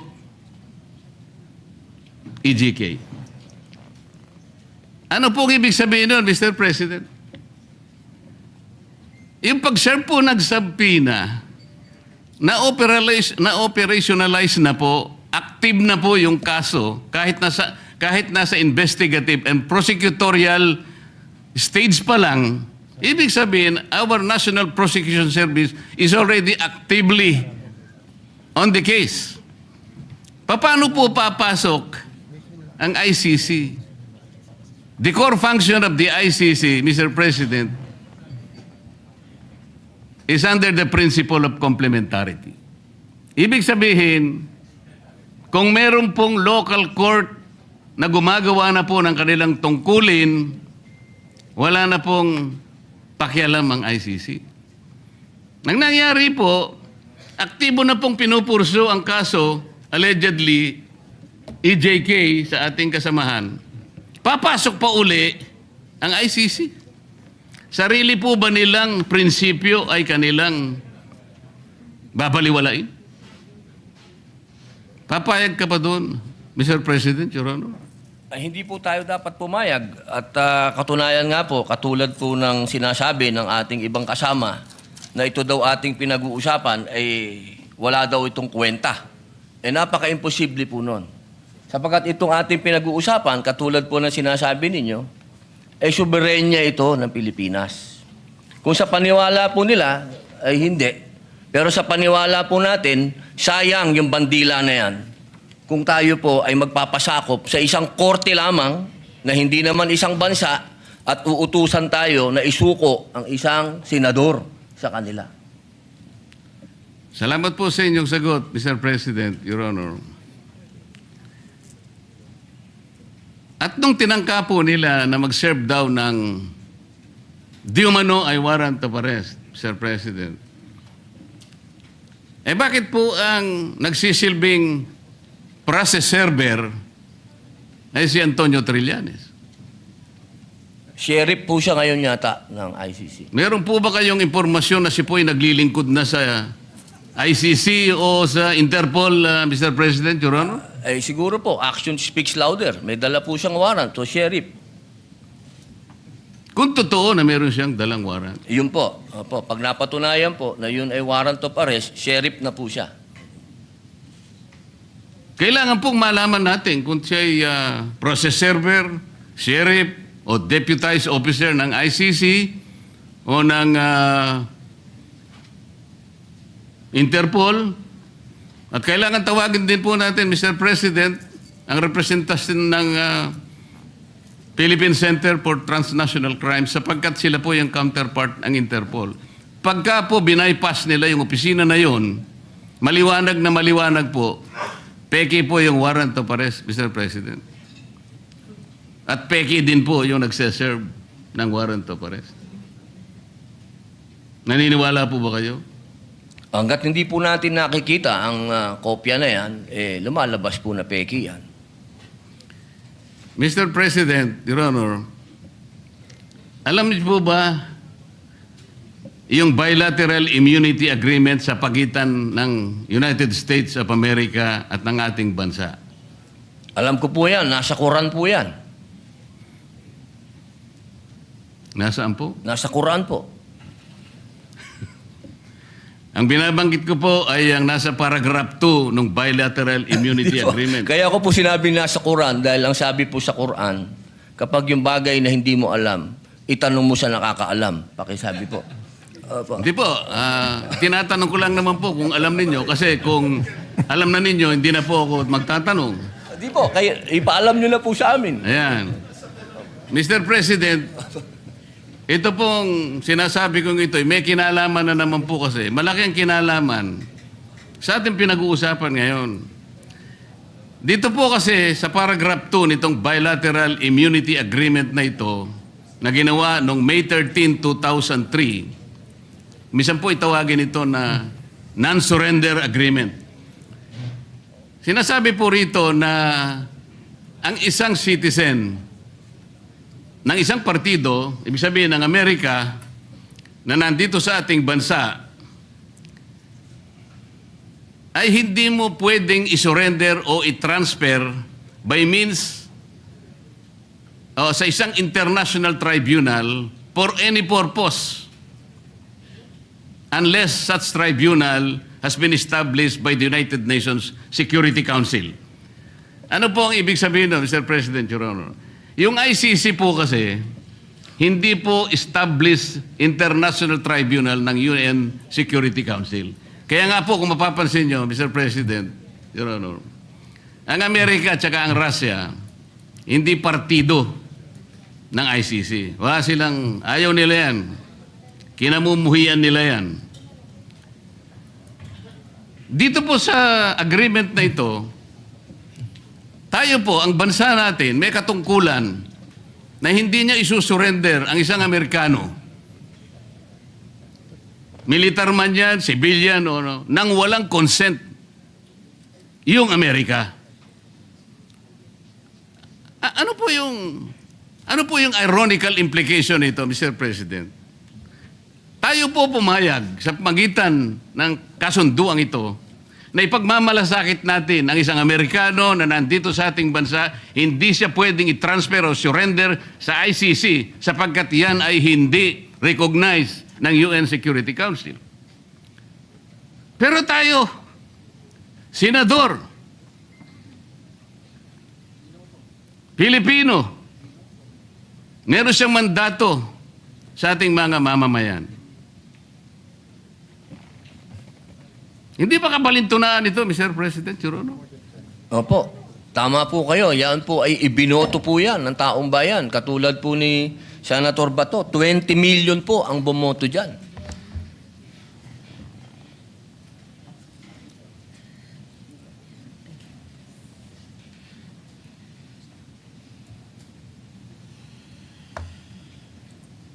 Kaya ko lang po tinatanong, Sir President,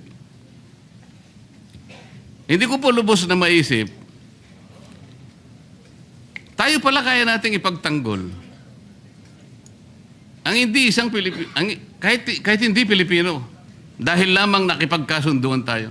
Pero sarili nating kapwa Pilipino, may mandato sapagkat nagsisilbing senador ng ating bansa. Hindi natin kayang ipagtanggol. Ito po yung irony na napakahirap siguro natanggapin ng bawat isang Pilipino. Tama po kayo eh. Ang warrant of arrest po ay galing sa ICC. Ang kaso po ni Senator Trillanes ay iba sapagkat ang nag-issue ng warrant of arrest ay sarili nating korte na kailangang igalang. Ganon din po ang warrant of arrest na inisyo kay dating Senador Laila de Lima. Pero ito'y natatangi po eh. Kung totoo po na yun, ay talagang totoong warrant of arrest. At yun ay nakabase sa saligan mismo, ang Rome Statute. Bakit hindi muna nila unang basahin, Mr. President, yung Article 59 ng Rome Statute, na kung saan sinasabi ron, yung aarestuhin mong tao, kailangan madaliin mong ilagak sa isang competent judicial authority ng custodial state. Ano ang custodial state? Yung ating bansa. Bakit po kailangan yon? Maski ang ICC, kinikilala niya yun. Dahil meron pong mga prosesong dapat na mapagtibay. Una, kailangan malaman natin kung yung warrant of arrest applicable doon sa tao na yun. Dito lang, sa pinag-uusapan natin, hindi applicable kay Senator Bato. So meron siyang recourse para questionin yung warrant of arrest. Kaya importante na ilagak mo siya sa isang competent judicial authority. Ang isa pang kinakailangan mong maisaalang-alang doon, Mr. President, Your Honor, ay kailangan yung proseso ay naigalang lahat. At lalong-lalo na yung kanyang karapatan ay talagang nasino. Yun po yung inihingi nun eh. At ang isa pa po, meron siyang karapatan na magpetisyon kung sakaling yung custodial state na yon ay i-detain yung naaresto, na magpetisyon ng immediate release or provisional release. Lahat ng ito ay hindi magagawa, Mr. President, Your Honor, kung kikilalanin natin yung warrant of arrest na valid sa ating jurisdiction. Meron po siyang katapat na batas eh. Meron tayong local na batas, RA 9851, na humahatol at nagbibigay parusa sa mga ganun ding mga kasalanan na siya din naman ang nililitis ng ICC. So sa prinsipyo po ng complementarity, Mr. President, maliwanag na maliwanag po na nasa jurisdiction na po ng ating lokal na mga hukuman ang pag-aasunto kung meron ng basihan sa ating kasama. Hindi na dapat kilalanin yung ICC sapagkat ang batayan lang nila ay yung tinatawag na principle of complementarity. Malinaw po na nangunguna po, may primary po jurisdiction ang ating lokal na korte. Exclusive and primary jurisdiction, yun po importante. Ngayon, yung pong mga nagkukunwa na process server, nagkukunwa na sheriff, nagkukunwa kung ano man sila ng ICC, kung bayaran sila o hindi, dapat po tingnan muna nila lahat yung mga bagay na pinag-uusapan natin. Bago nila puntahan ang isang institusyon katulad nito, nahahabulin pa yung isa sa atin. Ang pangyayari po kahapon, uulitin po natin, Mr. President, kailanman po ay hindi nangyari sa kasaysayan ng institusyong ito. Tinanong ko pa nga po kahapon sa ating director ng NBI dahil pinipilit niya. Kaya po nung papunta na, kung makakapasok po si Senator Bato sa session hall, ay wag nyo na siyang tutugisin. Para bang ang parte lamang ng Senado, Mr. President, ay itong session hall. So nung tinanong ko, bakit po yung parking area namin na kung saan nagsimula ang habulan at saka yung mga hagdanan na hindi ba parte ng institusyong ito? Sir, sabi niya, hindi naman po kami magiging ganito kung hindi po kami nakipag-coordinate. Hindi po ako naniniwalang nakipag-coordinate sila ng totohanan, Mr. President. Mas naniniwala po ako sa ating former President na hindi niya papayagan kung alam lamang niya ang kanilang balak na pagdakip at pamamaraan ng pag-iinsulto sa bulwagang ito, Mr. President. Maraming salamat po, Your Honor. Maraming salamat po, Madam President. Madam President. Senator Padilla, please proceed. Yes. Opo. Meron lang po akong mga konting katanungan sa inyo. Sapagkat gusto ko po sanang ireklamo si Senator Pangilinan sa pagsigaw. Meron po ba siya rules natin na sinasabing pwede mong sigawan ng kapwa mo senador?